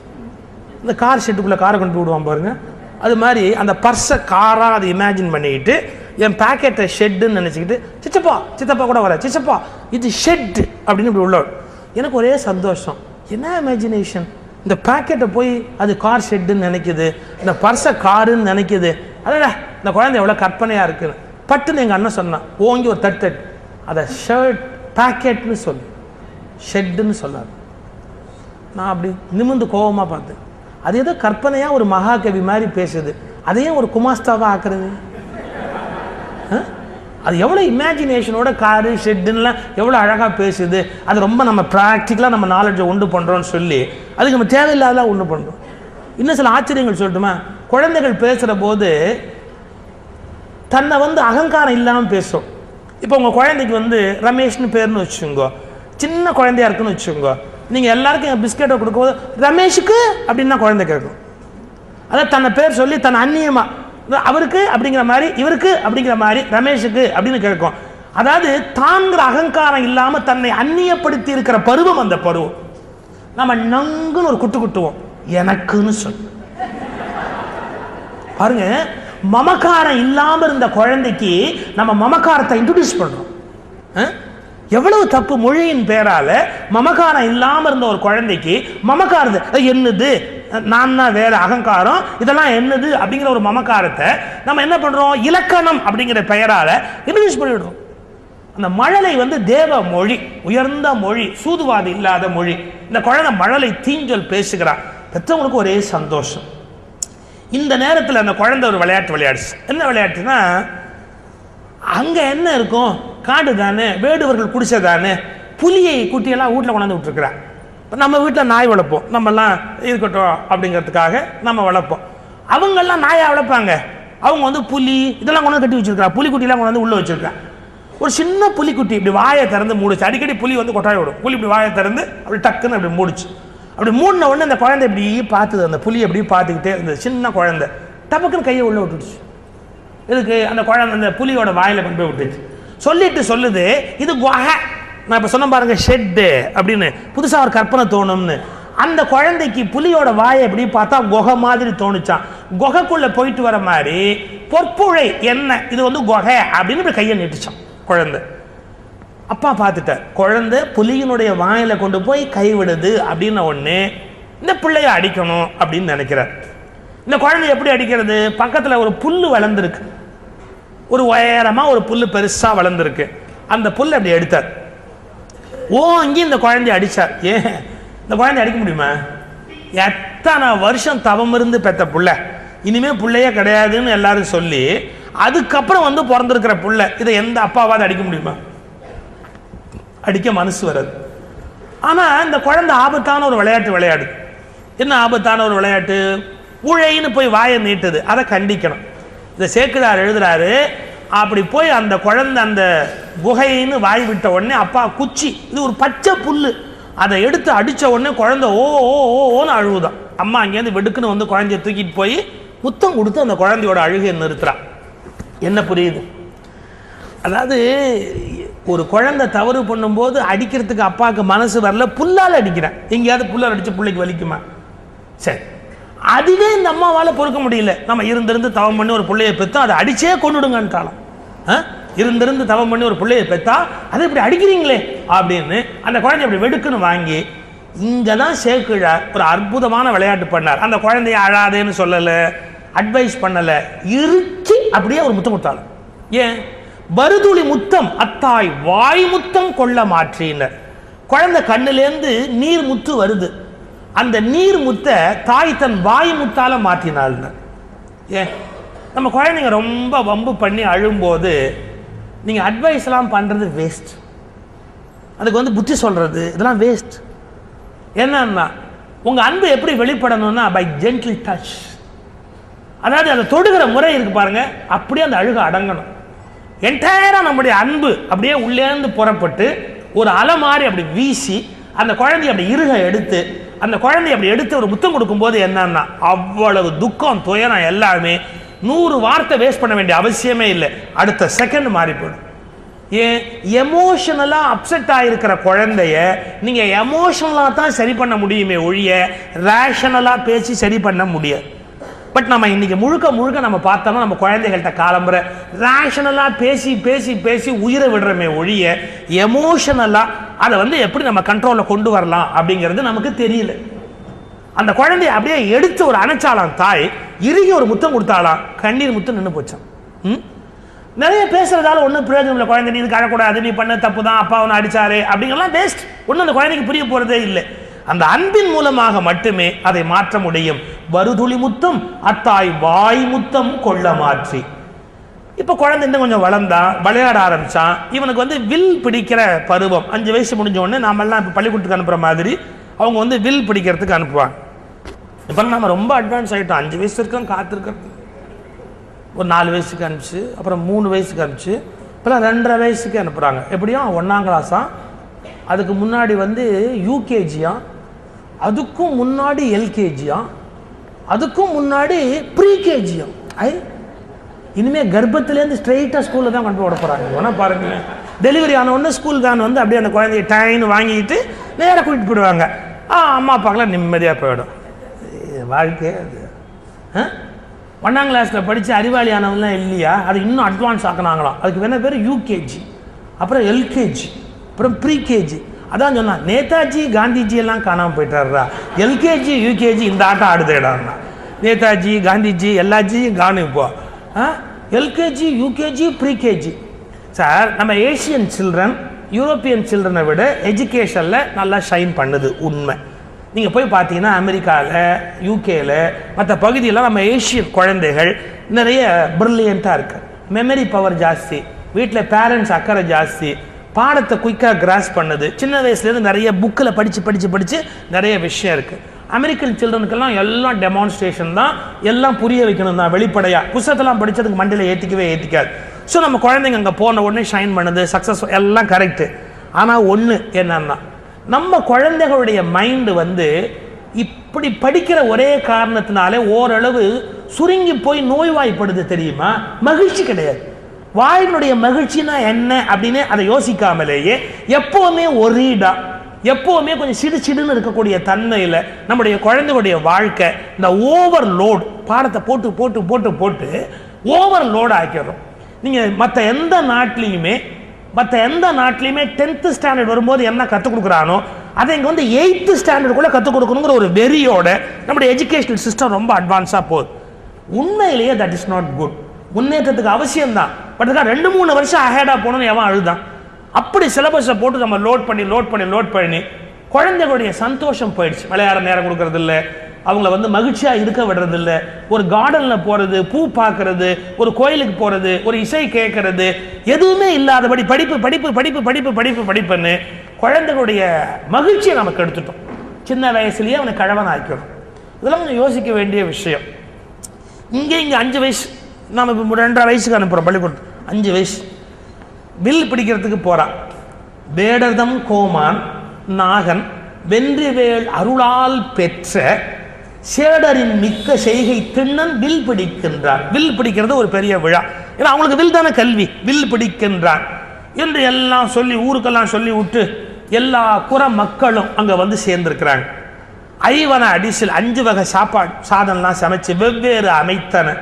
அப்புறம் இன்னும் என்னென்ன மாம்ச உணவு உண்டோ எல்லாம் தயார் பண்ணுறாங்க. நான் இங்கே பாட்டு சொல்லலை, நேராக விளக்கத்துக்கு போயிடுறேன். இந்த வேடுவர்கள் வாழ்க்கை முறை பார்த்தா அவங்க ரொம்ப ஆச்சரியம். ஒரு வீட்டில் திருவிழான ஒன்று எல்லாரும் அந்த வீட்டை போய் டாக்ஸ் பண்ணலை, அவங்கவுங்க கொண்டு வராங்க. ஒருத்தர் அரிசி, ஒருத்தர் நெல் அரிசி, மூங்கில் அரிசி, இன்னொருத்தர் வந்து ஊன், இப்படி எல்லாம் கொண்டு வந்து எல்லாத்தையும் சேர்த்து அங்கே சமைச்சு எல்லாரும் சாப்பிட்றாங்க. இது வந்து ஒரு நல்ல பண்பாடு தெரியுமா? யாரும் யாரையும் கஷ்டப்படுத்தக்கூடாது அப்படின்னு. இப்போ நம்ம மக்களே வந்து கல்ஃப் கண்ட்ரீஸில் நிறைய பேர் இருக்காங்க, அமெரிக்கா யூகே மாதிரி இடங்கள் இருக்கிறாங்க. அவங்களாம் நல்ல வழக்கம் நீங்கள் அங்கே போய் பார்த்தா தெரியும். ஒரு வீட்டில் யாரோ ஒருத்தருக்கு டின்னர் கொடுக்குறாங்க, அவங்கள வந்து சாப்பாட்டுக்கு விருந்துக்கு கூப்பிட்டுருக்குறாங்கன்னா அந்த ஒரே வீட்டுக்காரங்க கஷ்டப்பட்டு சமைக்கிறது இல்லை. ஒரு 10 பேர் வர்றவங்க ஆளுக்கு ஒவ்வொரு ஐட்டம் அருமையாக பண்ணி எடுத்துகிட்டு வராங்க. எனக்கு அது கூட ஆச்சரியம் இல்லை. எல்லாம் டைனிங் டேபிளில் கொண்டு வந்து வச்சு எல்லாம் பஃபே சாப்பிட்டு முடிச்சதுக்கப்புறம் டக்குன்னு அந்த பிளேட்டை க்ளீன் பண்ணுறது, எல்லாருமா சேர்ந்து அந்த பாத்திரத்தை கழுவுறது, எல்லாருமா சேர்ந்து டஸ்ட்டை கிளியர் பண்ணி எங்கே வெளியே அனுப்பணுமோ அங்கே டஸ்ட்பினில் கொண்டு போய் போட்டு அதை கிளியர் பண்ணுறது. அந்த வீட்டுக்காரங்க கஷ்டப்படும்படியாக விட்டுடுறது இல்லை. யாரோ ஒருத்தர் விருந்துக்கு கூப்பிட்டுட்டாங்க அப்படின்னா அவங்க கஷ்டப்படும்படியாக விட்டுடுறது இல்லை. இன்னும் இந்த வழக்கம் இந்தியாவுக்குள்ளே வரல. யாராவது ஒருத்தர் வீட்டுக்கு போனால் அந்த வீட்டுக்காரங்க நம்மளை பேச சமையல் கட்டுக்குள்ளேயே உட்காந்துருப்பாங்க. அவங்க அங்கேயே முடங்கி கிடப்பாங்க. கடைசியில் அதை வந்துட்டேன்னு கடைசியாக அந்த டைனிங் டேபிள் வந்து பரிமாறுற வரைக்கும் வேலை. எல்லாம் உட்காந்து நீட்டி நிமிந்து தின்னுட்டு அவன் புறப்பட்டு போயிட வேண்டியது. அப்புறம் அந்த அண்டா குண்டா எல்லாத்தையும் அவங்க போட்டு கழுவிட்டு இந்த பாழா போனவன் சாப்பிட வந்து என்ன பாடா. இது என்னங்க விருந்து?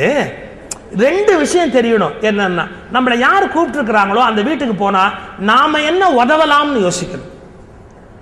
காந்திக்கு விருந்து வச்சாங்க. அவர் வந்து சவுத் ஆப்பிரிக்காவில் இருந்த போது, ஆமாம், காந்தி சவுத் ஆப்பிரிக்கா விருந்து வைக்கிறாங்க.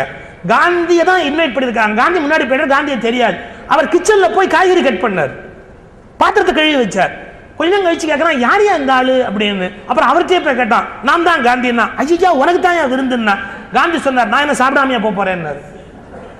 நான் விருந்து என்ன கூப்பிட்டுருக்குறாங்கிறதுக்காகவே நான் என்னமோ பெரிய விக்டோரியா மகாராணி பரம்பரை மாதிரி வந்து அப்படியே சாப்பிட்டு போகணும்னு அவசியம் இல்லை. நாம் ஒரு வீட்டுக்கு போனால் அந்த வீட்டுக்காரங்க நம்மளால கஷ்டப்படக்கூடாது. இந்த மென்டாலிட்டி முன்ன இருந்தது, இப்போ வர வர இல்லை இந்த நாட்டுக்குள்ள. அது தப்பு. நம்ம எந்த வீட்டுக்கு கூப்பிட்டுருக்குறாங்களோ அந்த வீட்டுக்காரங்க கஷ்டப்படக்கூடாது. நாமளும் சேர்ந்து பிளேட் கழுவி வைக்கணும், நாமளும் சேர்ந்து சுத்தம் பண்ணணும், நாமளும் சேர்ந்து உதவி பண்ணணும். இந்த கல்ச்சர் டெவலப் ஆகணும். வேட்டுவ குடிமக்கள் இன்னும் ஒரு படி அட்வான்ஸ். என்னன்னா, கூப்பிட்டவன் கஷ்டப்படக்கூடாதுன்னு அவங்கவுங்க அரிசி தேனு தினமாவு எல்லாம் கொண்டு வந்துடுறான். ஆனா எல்லாம் சமைச்சு சாப்பிட்ற போது ஒன்னா சாப்பிட்றாரே ஒழிய செலவு யாருக்கும் வைக்கவே இல்லை. தெற்கு பகுதியில் ஒரு திருமணத்துக்கு என்னை தலைமைக்கு கூப்பிட்டுருந்தாங்க. அங்கே முடிஞ்ச உடனே ஒரு அனௌன்ஸ்மெண்ட் அப்படியே திகைச்சு போயிட்டேன். திருமணம் முடிஞ்சது. திருமணம் முடிஞ்ச உடனே அறிவிப்பு. மாப்பிள்ளையோட அப்பா வந்து சொல்றார், என்னுடைய அழைப்பின் பெயரில் வந்திருக்கிற மாப்பிள்ளை வீட்டு உறவினர்கள் தயவு செய்து இங்கிருந்து 3 கட்டடம் தள்ளி இருக்கிற இந்த இடத்தில் ஏற்பாடு செய்திருக்கிற அந்த விருந்தில் வந்து உண்டு என்னை கௌரவிக்கும்படி கேட்டுக்கொள்கிறேன். இங்கு பெண் வீட்டாருடைய சார்பில் விருந்து ஏற்பாடு செய்யப்பட்டிருக்கிறது.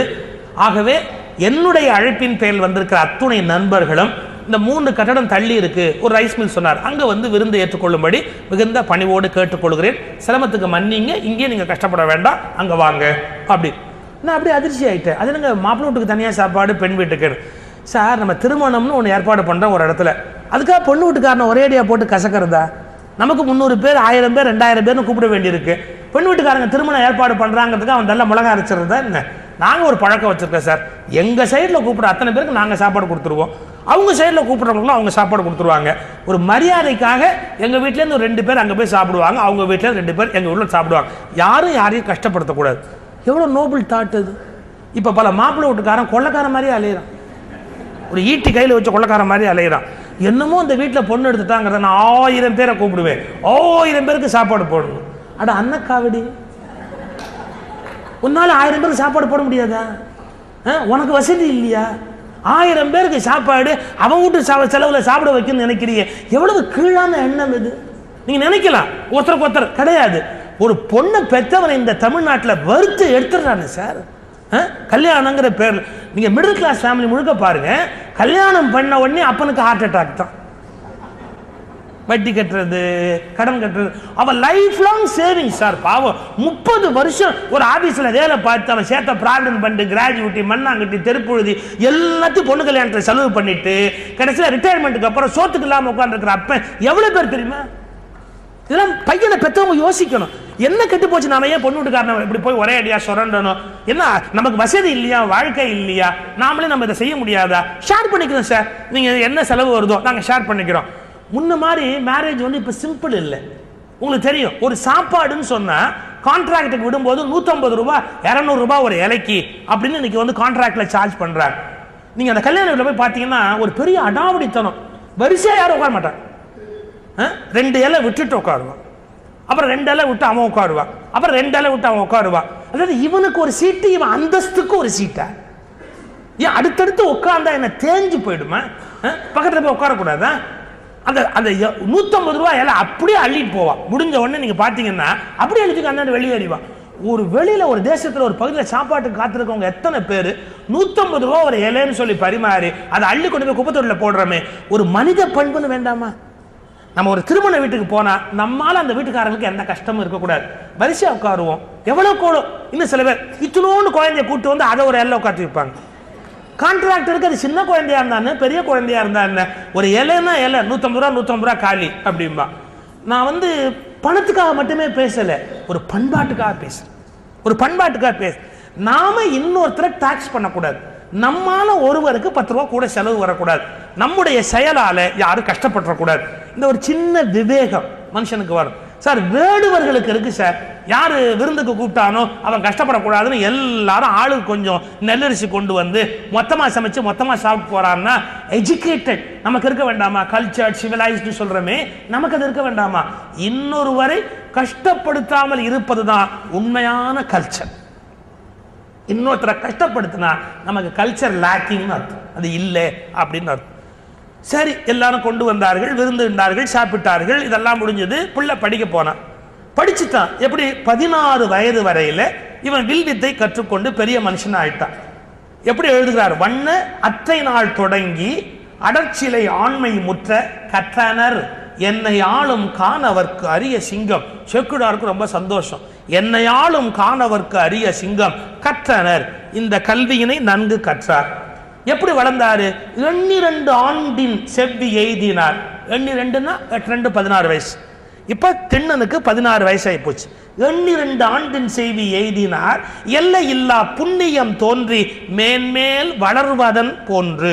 புண்ணியம் எப்படி வளருமோ அப்படி வளர்ந்து 16 வயசு நிறைவு பெற்றார். இப்போ நீங்க முதல்ல ஒரு ஓம சொன்ன பாருங்க, அங்க போனோம்.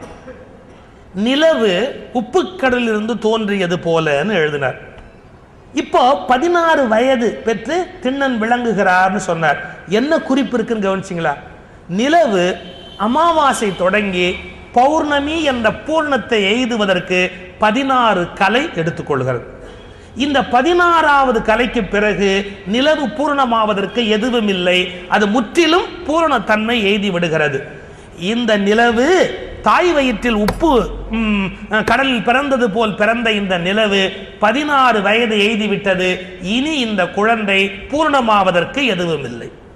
அந்த அந்த ஊமைக்குள்ள அப்படி ஒரு மெச்சூரிட்டி. நிலவினுடைய வளர்ச்சி போல கொஞ்சம் கொஞ்சமா வளர்ந்தார், அழகா இருந்தாரு, அதெல்லாம் ஒரு பக்கம். அதெல்லாம் தாண்டி பூரணத்துவம் அடைந்து விட்டார். இனி இவர் வளர்வதற்கு எதுவும் இல்லை. 16 வயசு. இதுக்கு நடுவில் அந்த ஊர் ஜனங்கள்லாம் வந்து, இந்த வேட்டை காட்டில் இருக்கிற வேடர்கள்லாம் வந்து அப்பா கிட்ட கேட்குறாங்க, ஐயா காட்டில் விலங்குகள்லாம் நாட்டுக்குள்ளே வந்து, நாட்டுக்குள்ளேன்னா இந்த காட்டுக்குள்ளே இருக்கிற நாடு, இங்கே வந்து நம்ம குடிசைக்குள்ளெல்லாம் உள்ளே வருது, தொந்தரவு பண்ணுது, அதெல்லாம் நம்ம விரட்டி அடிக்க வேண்டாமா? வேட்டைக்கு போகணும், நீங்கள் துணைக்கு வாங்க. அவர் சொன்னார், மூப்பினால் முன்பு போல முயலகில்லை. எனக்கு வயசாகி போச்சு, முன்ன மாதிரி என்னால் இப்போ வேட்டைக்கெல்லாம் போக முடியாது. நீங்கள் வேணால் கேட்குறீங்க அப்படின்னு சொன்னால் ஒன்று பண்ணுறேன், உங்களுக்கெல்லாம் ஒரு தலைவன் வேணும். நாதனாக எல்லீரும் கை கொள்மின் என் மகனை, இவனை நீங்கள் தலைவனாக ஏற்றுக்கங்க. இவன் வேணா இனிமேல் வந்து உங்களுக்கு வேண்டிய உதவிகள்லாம் செய்வான், ஏற்றுக்கிறீங்களா அப்படின்னார். மகிழ்ச்சியாக ஏற்றுக்கிறோம். நல்ல வல்லமை உடைய ஆற்றலான அழகான அருமையான வாலிபன், அப்புறம் எங்களுக்கு என்ன குறைச்சல், ஏற்றுக்கிறோம். சரி, அப்போ இவனை முதல்ல அந்த வேட்டைக்கு அனுப்பணும். நம்ம சொல்லுவோம் மெய்டன் ஸ்பீச்னு சொல்லுவோம். அது மாதிரி வேட்டையிலும் இதை கன்னி வேட்டை அப்படின்னு குறிப்பிடுறான். முதல் தடவையா வேட்டைக்கு புறப்படுறார் நம்முடைய திண்ணனார். அதை ஒரு பெரிய விழாவாக தான் செலிப்ரேட் பண்றாங்க.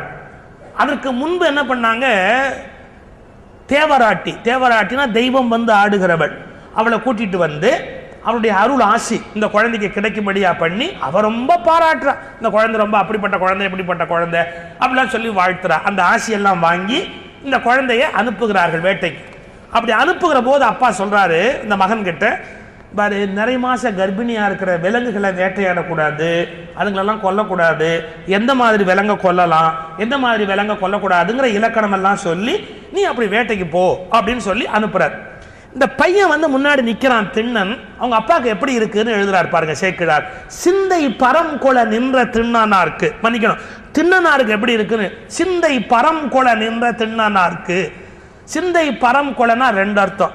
இப்ப அப்பா பாரத்தை தூக்கி தலைமையில வச்சார், அது பாரம் கொள்ளன்னு ஒரு அர்த்தம்.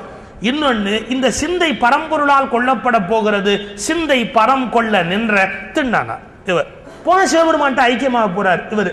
இது ரெண்டுமே சேர்ந்து அப்ப பாரத்தை பாரம்னு எழுதாம ஏன் பரம்னு எழுதினார்னா, பரத்துக்கிட்ட போனாலே பாரம் குறைஞ்சு போயிடுங்கிறத விளக்கிறதுக்காகவே பாரத்தை பரம்னு எழுதி காட்டினார் சேக்கிழார். சிந்தை பரம் கொல நின்ற திண்ணனார்க்கு திருத்தாதை முகமலர்ந்து செப்புகின்றார்.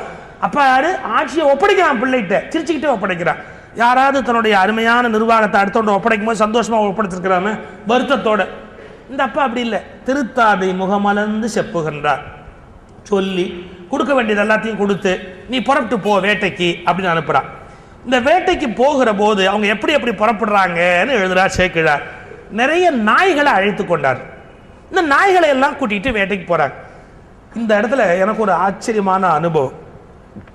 பொள்ளாச்சிக்கு பக்கத்தில் வேட்டக்காரம்புதூர்னு ஒரு ஊர் இருக்கு.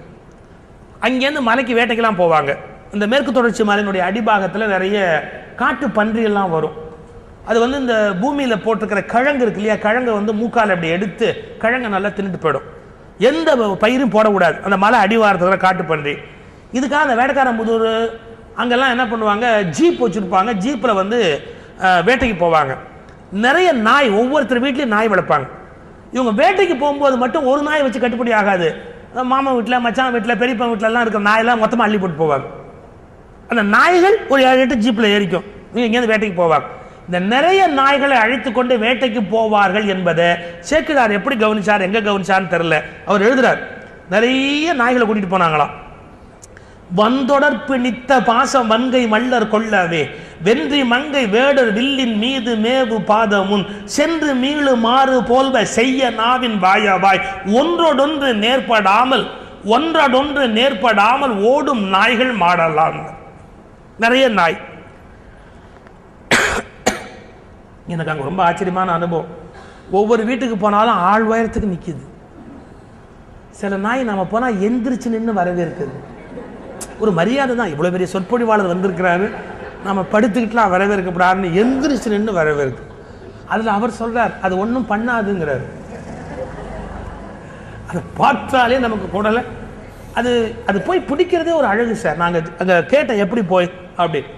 என்ன பண்ணுமா, 7-8 நாய் போய் இப்படி ஒரு பன்றி அப்படி துரத்துமா. 7-8 நாய் ஒன்றா போகும். ஒரு 2 கடுமையாக சண்டை போடும், பாக்கி 5 சும்மா நிற்கும்.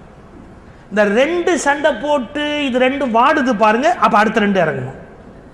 அதுங்களுக்குள்ள எப்படி ஒரு ஆர்கனைஸ்டு பேட்டர்ன் பாருங்க. ஃபைட்டிங்கில் பண்ணி அந்த பன்றி அப்படியே டோட்டலாக கவ்வி அப்படியே கீழே நிறுத்திடும். ஒன்றும் பண்ண முடியாது. இனிமேல் அந்த காட்டு பண்ணி தப்பிக்க முடியாது.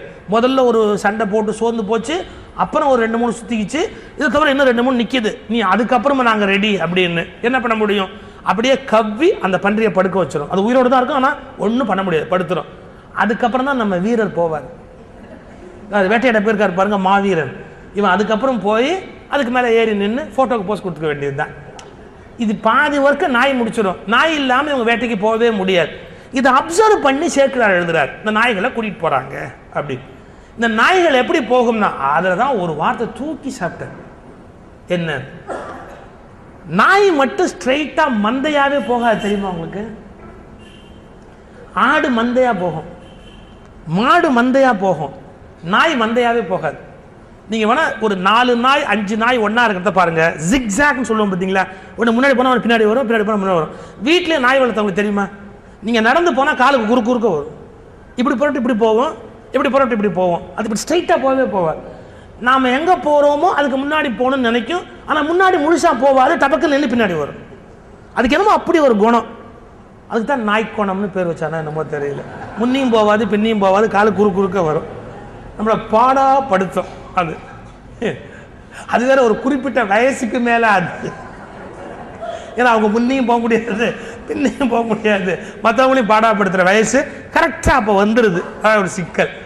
நாய் வளர்த்தவங்களுக்கு தெரியும். இந்த நாய் நீங்கள் பார்த்தீங்கன்னா பாருங்க, இப்படி ஒன்று முன்ன ஒன்று பின்ன, ஒன்று முன்ன ஒன்று பின்ன, ஜிக்ஸாக்கா இப்படி போயிட்டு இருக்கோம்.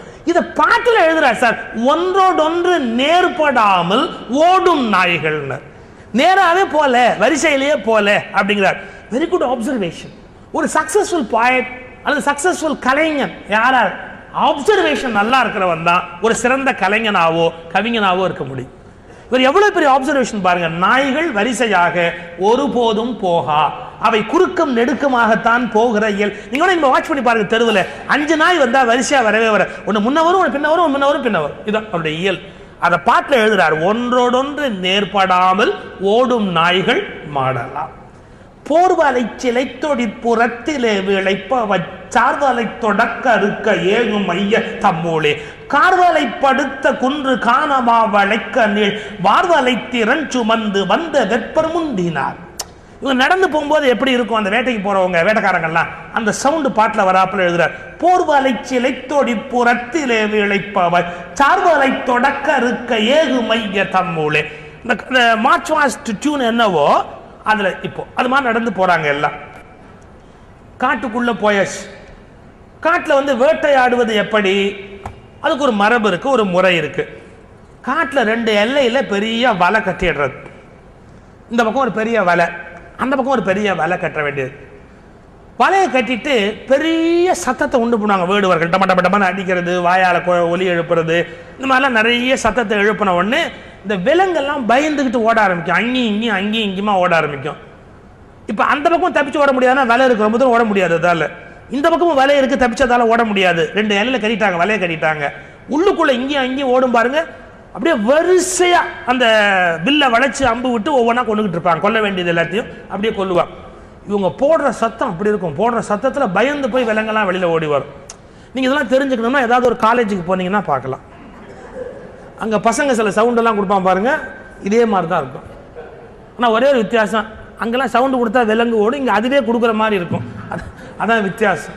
பெரிய பெரிய வித்தியாசமான சவுண்டெல்லாம் அப்படி கொடுத்து பயந்து விலங்கெல்லாம் அப்படி ஓடி அதை வேட்டையாடுறது வழக்கம். இது ஒரு சாதாரண நிகழ்ச்சி தானே சார். 2 பக்கம் வலை கட்டிட்டாங்க, இந்த வலைக்குள்ள விலங்குகள்லாம் சிக்கிருச்சு, இதை வேட்டையாடுறாங்க. சில விலங்கு ரொம்ப கிளவர். அது என்ன பண்ணும், அந்த வலையை கிழிச்சிட்டு வெளியே ஓடிடும். எஸ்பெஷலி காட்டு பன்றி. பன்றிக்கு வந்து கூர்மை ஜாஸ்தி இந்த இடத்துல. அதை வச்சு என்ன பண்ண, அந்த வலையை தூக்கி கிழிச்சு ஓடணும் அப்படின்னு ஓட ஆரம்பிக்கும். அங்கதான் இந்த நாய் வச்சுக்காங்க பாருங்க, வெளியில துரத்திக்கிட்டு போய் பண்ணி பிடிச்சிடும். அது எங்கேயும் ஓடவே முடியாது. அந்த நாய் துரத்தல பயந்துக்கிட்டு பண்ணி மறுபடியும் இந்த வலைக்குள்ளேயே வந்துடும். வந்த உடனே இவங்க அம்பு விட்டு கொள்ளுவாங்க. இது வந்து வேட்டையாடுகிற சம்பவம். இதை பார்த்துட்டு பாட்டுக்குள்ள வடிக்கிறார் சேர்க்கிறார். இப்ப நமக்கு அந்த வேட்டையை பத்தி என்ன இருக்கு? நாம வேட்டை ஆட போறதில்லை, இந்த வேட்டையை வந்து நம்ம நிகழ்த்த போறதில்லை, ரசிக்க போறதில்லை. நமக்கு வேண்டிய மெசேஜை இந்த இன்சிடென்ட் மூலமா சொன்னார். இது எப்படி இருக்கு தெரியுமா? இந்த பக்கம் ஒரு வலை, இந்த பக்கம் ஒரு வலை, நடுவில் விலங்கெல்லாம் மாட்டிக்கிச்சு. இதுல வந்து வேட்டையாடி கொள்றான், தப்பிச்சு சில விலங்கு மட்டும் இப்படி கிழிச்சுக்கிட்டு வெளியே ஓடுது. ஓடுற விலங்கெல்லாம் நாய் துரத்தி மறுபடியும் கொண்டாந்து வலைக்குள்ள விட்டுடுது, அதுவும் செத்து போகுது. இது எப்படி இருக்கு தெரியுமான்னு ஆரம்பிச்சார் சேக்கிழார். எப்படி இருக்கான்? இந்த மனித வாழ்க்கையில 2 வலைக்குள்ள மனுஷன் சிக்கியிருக்கிறார். ஒன்று பாவம்னு ஒன்று, புண்ணியம்னு ஒன்று, நல்வினை தீவினை. இந்த 2 வலைக்குள்ள சிக்காத உயிரே கிடையாது. இந்த முக்திக்கு போற தவம் பண்ற சாமியார்கள் ஆத்மாக்கள்லாம் இருக்காங்க பாருங்க, முக்திக்கு போகணும்னு, அவங்க இந்த வலையை கிழிச்சிட்டாங்க. பாவமாவது புண்ணியமாவது தப்பிச்சு ஓடணும் இதை விட்டு அப்படின்னு அவங்கெல்லாம் என்ன பண்றாங்கன்னா இந்த வலையை கிழிச்சுக்கிட்டு ஓடுறாங்க. ஆனா இப்படி வலையை கிழிச்சுக்கிட்டு முக்திக்கு போகிற உயிர்கள் எல்லாம் முக்திக்கு போச்சா? போக முடியல. பன்றிய நாய் துரத்துற மாதிரி கண்ணு மூக்கு நாக்குங்கிற அந்த உறுப்பு இருக்கு இல்லையா, பொறி புலன்கள், அந்த நாய்கள் விரட்டுவதால் அந்த ஞானிகள் மீண்டும் இந்த வலைக்குள் வந்து சிக்கி மாண்டு போனார்கள். Beautiful philosophy. எவ்வளவோ பேர் கடந்து ஆசிரமத்துக்கு போறாங்க, ஜெயிக்கிறாங்களா? எவ்வளவு பேர் வாழ்க்கையை திறந்து போறேன்னு போறாங்க, முக்திக்கு போயிட்டாங்களா? ஏன் முடியல? பாவ புண்ணிய வலையிலிருந்து கிழித்து கொண்டு போனாலும் மெய், வாய், கண், மூக்கு, செவி என்கிற பொறிப்புலன்கள் ஆகிய வேட்டை நாய்கள் மறுபடியும் அவர்களை கொண்டு வந்து பிறவியில் தள்ளி விடுகிறது. சார், ஒரு வாழ்க்கையை இதை விட அழகா ஒரு சம்பவத்தில் எப்படி விளக்க முடியும்? நான் அதனால தான் சேர்க்கிறார் ஒரு பெரிய மகாகவி பெர்னாட் ஷா ஒரு வார்த்தை சொல்றார். பெரிய ரைட்டர், பெரிய சிந்தனையாளன், ஒரு பெரிய ஆர்டிஸ்ட், கலைஞர்லாம் சொல்றமே, அவனுக்கு என்னடா இலக்கணம்னா 2 வார்த்தை போடுற சார் பெர்னாட் ஷா. சாதாரணமான விஷயத்தை அசாதாரணமாக சொல்லுகிறவன், அசாதாரணமான விஷயத்தை சாதாரணமாக சொல்லுகிறவன் மிகப்பெரிய படைப்பாளி. உண்மை. சின்ன விஷயத்தை பெருசா அடிப்பார், ரொம்ப பெரிய விஷயத்தை அப்படி போற பக்கம் தட்டு போவார். இப்பதான் உங்களுக்கு வியப்பு வரும், எத்தனோண்ட விஷயம் அதை எவ்வளவு டெவலப் பண்ணி எவ்வளவு அழகா சொல்லியிருக்கிறார், எவ்வளவு பெரிய விஷயம் அதை போற போக்கில் சொல்லிட்டு போயிட்டாங்களே. அப்பதான் ஒரு படைப்பாளி மேல் நமக்கு வியப்பு வரும். சாதாரண விஷயத்தை அசாதாரணமாகவும், அசாதாரணமான விஷயத்தை சாதாரணமாகவும் யாரால் படைக்க முடிகிறதோ அவன் மிகச்சிறந்த படைப்பாள். இங்க சேர்க்கிறார் அப்படி ஒரு படைப்பாள். நம்மளும் வாழ்க்கையில இது மாதிரி சம்பவங்களை பார்த்துருக்குறோம், ஆனால் அதை உள்வாங்க பழகிட்டோம். ஒரு உதாரணத்துக்காக சொல்றேன் பாருங்க. ரயிலில் பயணம் பண்றோம். நம்ம ரயிலில் போகும்போது இந்த ரயில்வேல ஒரு வாசகம் எழுதி போட்டிருப்பான். சாதாரண வாசகம் இல்லை, என்ன? லெஸ் லக்கேஜ் மோர் கம்ஃபர்ட்னா. அது வந்து ஒரு உபனிஷத் மகா வாக்கியம். அது ரயில்வேல எழுதியிருக்கிறானே ஒழிய அது உண்மையிலே ஒரு மகா வாக்கியம். ஏன்? லெஸ் லக்கேஜ் மோர் கம்ஃபர்ட். லைஃப்பில் உங்கள் வாழ்க்கை பயணத்தில் ரொம்ப எல்லா பந்தங்களையும் சேர்த்துக்கிறது, ஏகப்பட்ட சொத்து சேர்க்கறனா எனக்கு, என் பிள்ளைக்கு, பிள்ளையோட பிள்ளைக்கு, பிள்ளையோட பிள்ளைக்கு, இது வாழ்க்கை நிம்மதியாக இருக்குமா? கமிட்மெண்ட்ஸ்னால் கூட அதுக்கு ஒரு எல்லை இருக்குது. யார் என்ன சொன்னால் சரி செய்கிறேன் செய்கிறேன் செய்கிறேன் செய்கிறேன்னு வரல, எல்லாத்தையும் நோ சொல்ல தெரியாமல் எல்லாத்தையும் இழுத்து போட்டுக்கிட்டு வாழ்க்கையில் எப்போ பார்த்தாலும் கஷ்டப்பட்டுக்கிட்டு. லெஸ் லக்கேஜ் மோர் கம்ஃபர்ட். இது ரயில்வேக்கு மட்டும் பொருந்தாது, வாழ்க்கை பயணத்துக்கு பொருந்தும் இல்லையா? கொஞ்சம் டீப்பாக யோசிச்சு பார்த்தா நமக்கு அந்த விடை கிடைக்கும். இங்கே ரயிலுக்கே பல பேர் எப்படி வரான்னா, காட்ரேஜ் பீரோவை கவுத்து 4 வீல் வச்சு கொண்டாந்து. இப்போ நீங்கள் ரயில்வே ஸ்டேஷன் நின்று இப்படி பாருங்க, ரயில் பொட்டியா இந்த பொட்டியா நமக்கு சந்தேகம் வர்றாப்புல அதுக்கு வீல் வச்சு அது கைத்து எல்லாரும். இந்த வெளிநாடு போக ஆரம்பிச்சோன்னா ஒரு பொட்டி ஒன்று வாங்கியிருக்கான் பாருங்க, இவன் அவங்க அப்பா இவங்க பெரியப்பாலாம் உள்ளே உட்காரலாம். அந்த மாதிரி ஒரு பெட்டியை அப்படியே ஏர்போர்ட்டில் வந்து இறங்கிட்டு அங்கேருந்து மறுபடியும் ரயில்வே ஸ்டேஷன் வந்து அந்த பெட்டி அப்படி இழுத்துக்கிட்டே வருவான். நான் சொன்னேன், டேய் இந்த பெட்டியை ரயிலுக்குள்ளெல்லாம் வைக்க முடியாதுடா, பேசாமல் என்ஜினில் கடைசி போட்டியாக மாட்டிடுங்கப்பா, ஈஸியாக என்ஜின் பாட்டுக்கு இழுத்துக்கிட்டு போயிட்டே இருக்கும். சாரி, காட்ரேஜ் பீரோவை கவுத்து அதை பெட்டிங்கண்ணா சார். அதை வந்து உட்கார்ற இடம். இன்னும் சில பேர் எப்படின்னா, மற்றவங்க சௌகரியத்தை பற்றி ரயிலில் யோசிக்க மாட்டாங்க. அவங்க ஒரு டிக்கெட் வாங்கினா சார், அவங்க சீட்டுக்கு கீழே தான் பெட்டி வைக்கணும். இதெல்லாம் சட்டத்தில் எழுதியிருப்பான்.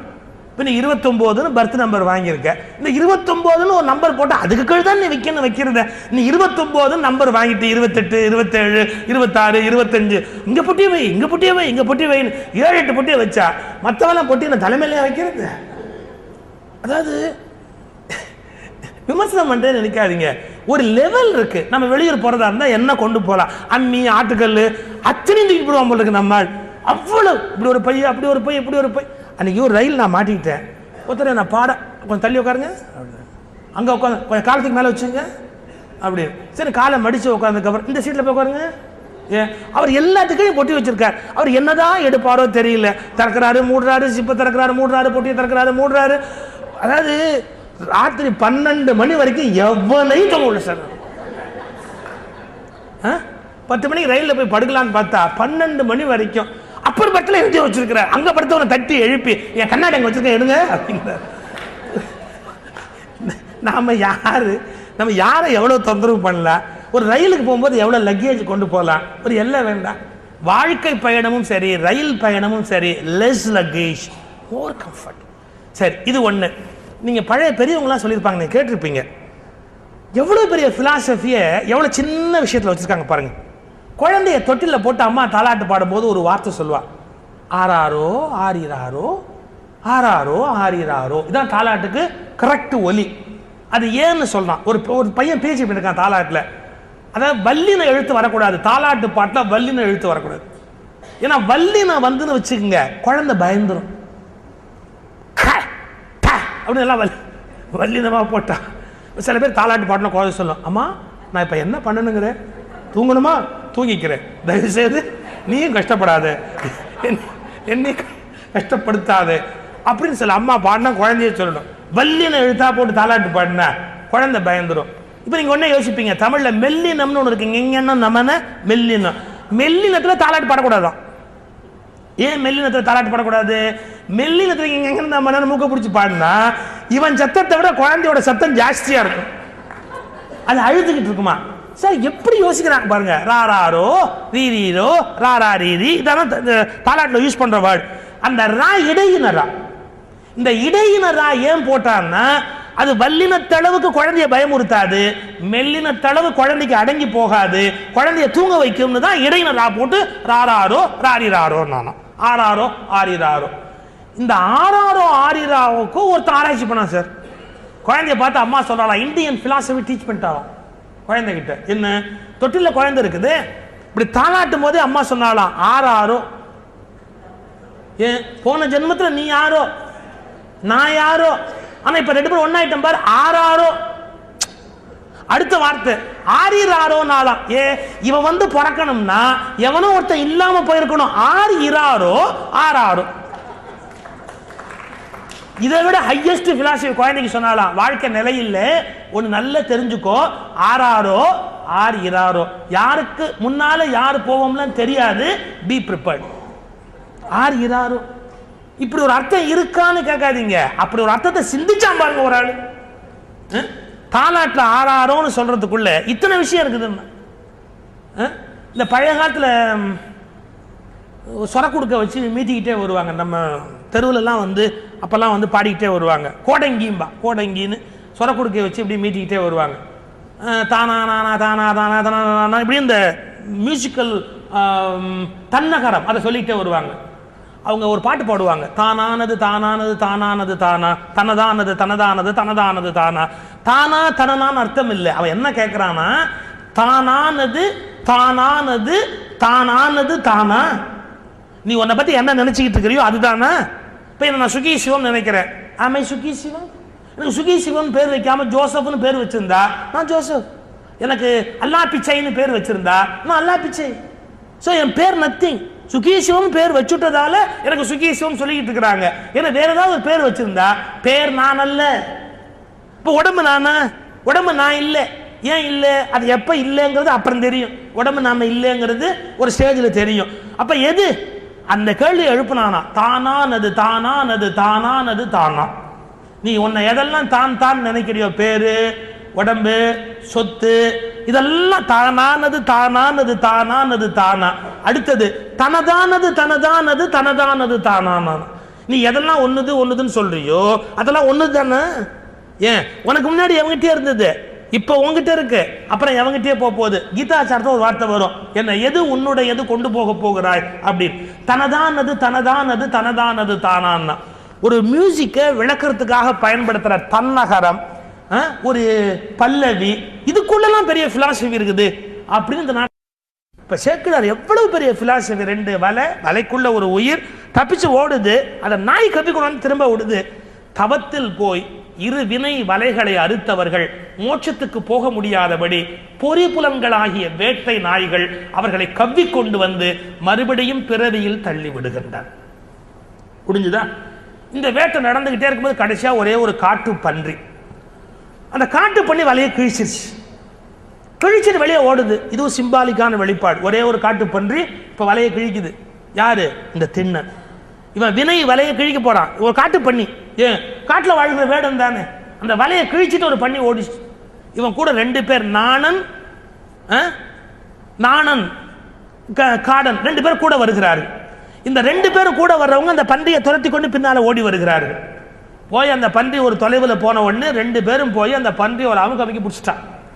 பன்றி தப்பித்து ஓடியது, ரெண்டு பேர் பின்னால் போய் பிடித்தார்கள். என்ன பொருள்? ஒரே ஒரு ஆன்மா இந்த பிறவி வலையிலிருந்து தப்பி ஓட வேண்டும் என்று ஓடிட்டு பாவ புண்ணியங்கள் துரத்தி கொண்டு போய் அதை பிடித்து விட்டன. இல்லையா? பிடிச்சாச்சு. பிடிச்சதுக்கு அப்புறம் என்னன்னா அந்த பன்றி செத்து போச்சு. செத்த பன்றிய இவர்கள் வேடுவர்கள் அந்த மாமிசத்தை சுடுகிறார்கள். சுட்டு அந்த மாமிசத்தை இப்ப சாப்பிட போறாங்க. ஒரு உயிர் சுடுகாட்டில் கொண்டு போய் வைக்கப்பட்ட பிறகு மாமிசம் சுடப்படுகிறது, ஆன்மா தப்பி விடுகிறது. தப்பி விடுகிற ஆன்மாவை பாவ புண்ணியங்கள் தொடர்ந்து கொண்டே இருக்கின்றன, நாணம் காடம் தொடர்ந்து கொண்டே இருக்கிறார்கள். இந்த லெவல் வரைக்கும் இந்த காட்டுப்பன்றி சுடப்படுகிற காட்சி வரைக்கும் இதுதான் உண்மை. இதுக்கு அப்புறம் இந்த மாமிசத்தை சுட்ட உடனே இவன் கேட்கறான், திண்ணன், தாகமா இருக்குடா, தண்ணி குடிக்கணும். எங்க போய் தண்ணி குடிக்கிறது? பக்கத்துல பொன்முகலியாறுன்னு ஒரு ஆறு இருக்கு, அந்த பொன்முகலியாருக்கு போனா நல்ல தண்ணி இருக்கும், குடிக்கலாம், வா, நானும் அழைச்சிட்டு போறான். இப்ப கவனிங்க, இந்த பன்றி மாம்சத்தோட காடன் நின்றுட்டான், நானும் போனான். என்ன, சுடுகாட்டில் எரிக்கப்பட்ட மாமிசத்தோடு பாவம் நின்று விட்டது, புண்ணியம் இறைவனை நோக்கி ஆன்மாவை அழைத்து கொண்டு போகிறதுன்னா. புண்ணியம் மட்டும் தூக்கிட்டு போவோம், கடவுள்கிட்ட கூட்டிட்டு போவோம், பாவம் இங்க நின்றுச்சு, முடிஞ்சு போச்சு அதனுடைய எல்லை. புண்ணியம் கூட்டிட்டு போகுது கடவுளை நோக்கி. பொன்முகலியாறுல போய் முகத்தை கைகால கழுவி அப்படி எல்லாம் முடிச்சுட்டு நிமிர்ந்து மேலே பார்த்தா அந்த காலத்தி மலை, அதுக்கு மேலே ஒரு சின்ன கோயில் தெரியுது. அது யாரா அது? இந்த மலையில என்ன இருக்கு கேட்கிறான் இவன். அந்த மலையில என்ன இருக்கு? தோன்றும் குன்றின் மிசை நண்ணுவோம், குடிமித்தேவர் இருப்பர் கும்பிடலாம். மேல போனா குடிமித்தேவர்ங்கிற பேர்ல ஒரு சுவாமி இருக்கிறாரு, வரியா மேல போய் கும்பிடலாமா? புண்ணியம் உங்களை கோயிலுக்கு வாங்க கூப்பிடும், போலாமா? சாமி கும்பிடலாமா? நம்ம நல்ல கதிக்கு போலாமா? புண்ணியம் கூப்பிடும். பாவம் நின்றுடுச்சு, புண்ணியம் கூப்பிடுது. பொன்முகலி ஆத்துல முகத்தை கழுவுனவன் அந்த நாணனோடு சேர்ந்து கொண்டு அந்த மலை மேல ஏறுறான். நாணனே தோன்றும் குன்றில் நண்ணுவோம். அவன் சொன்னான், காண நீ போதில் நல்ல காட்சியை காணும், இந்த சேனுய திருக்காலத்தி மலைமிசை எழுந்து செவ்வே கோணமில் குடிமித்தேவர் இருப்பர் கும்பிடலாம். மேல போனா குடிமித்தேவர் இருப்பார், கும்பிடலாம், வா. நாணனும் அன்பும் முன்பும் நளிர்வரை ஏற. பாருங்க, முதல்ல அவன் தான் வழிகாட்டிட்டு போறான், நாண அவன் முன்னாடி போறான். சேக்கிழார் எழுதினாரு, நாணன் மட்டும் போல நாணனும் இந்த திண்ணனுடைய அன்பும் முன்னால போயிட்டு. ஏன் உடம்பு பின்னாடி போகுது, ஆனா அன்பு முன்னாடி போகுதான். நாணனும் அன்பும் முன்பு நளிர்வரை ஏற தாமும் பேணு தத்துவங்கள் என்னும் பெருகு சோபானம் ஏறி. சைவ சித்தாந்தத்தில் 36 தத்துவம்னு குறிப்பிடுவாங்க. அந்த 36 தத்துவத்தையும் கடந்தாதான் ஆன்மா இறைவன் கிட்ட போய் சேர முடியும். இந்த மலை மேல ஏறினதெல்லாம் மலையோட படி இல்லையா, 36 தத்துவம். இப்ப மேல ஏறியாச்சு, கிட்டு கிட்டு கிட்டு கிட்டுன்னு மேல ஏறுறான். ஆனா இப்ப கொஞ்ச தூரம் போனதுக்கு அப்புறம் தான் கதை மாறப்போகுது. கொஞ்சம் போன உடனே மலை மேல ஏறும்போது நானை பார்த்து இவன் கேட்டான், நானா உங்க மேல ஏறுறது முதல்ல பாரமா இருந்ததா, இப்ப பாரமா இல்ல லேசா இருக்கு, உனக்கு எப்படி இருக்குன்னா?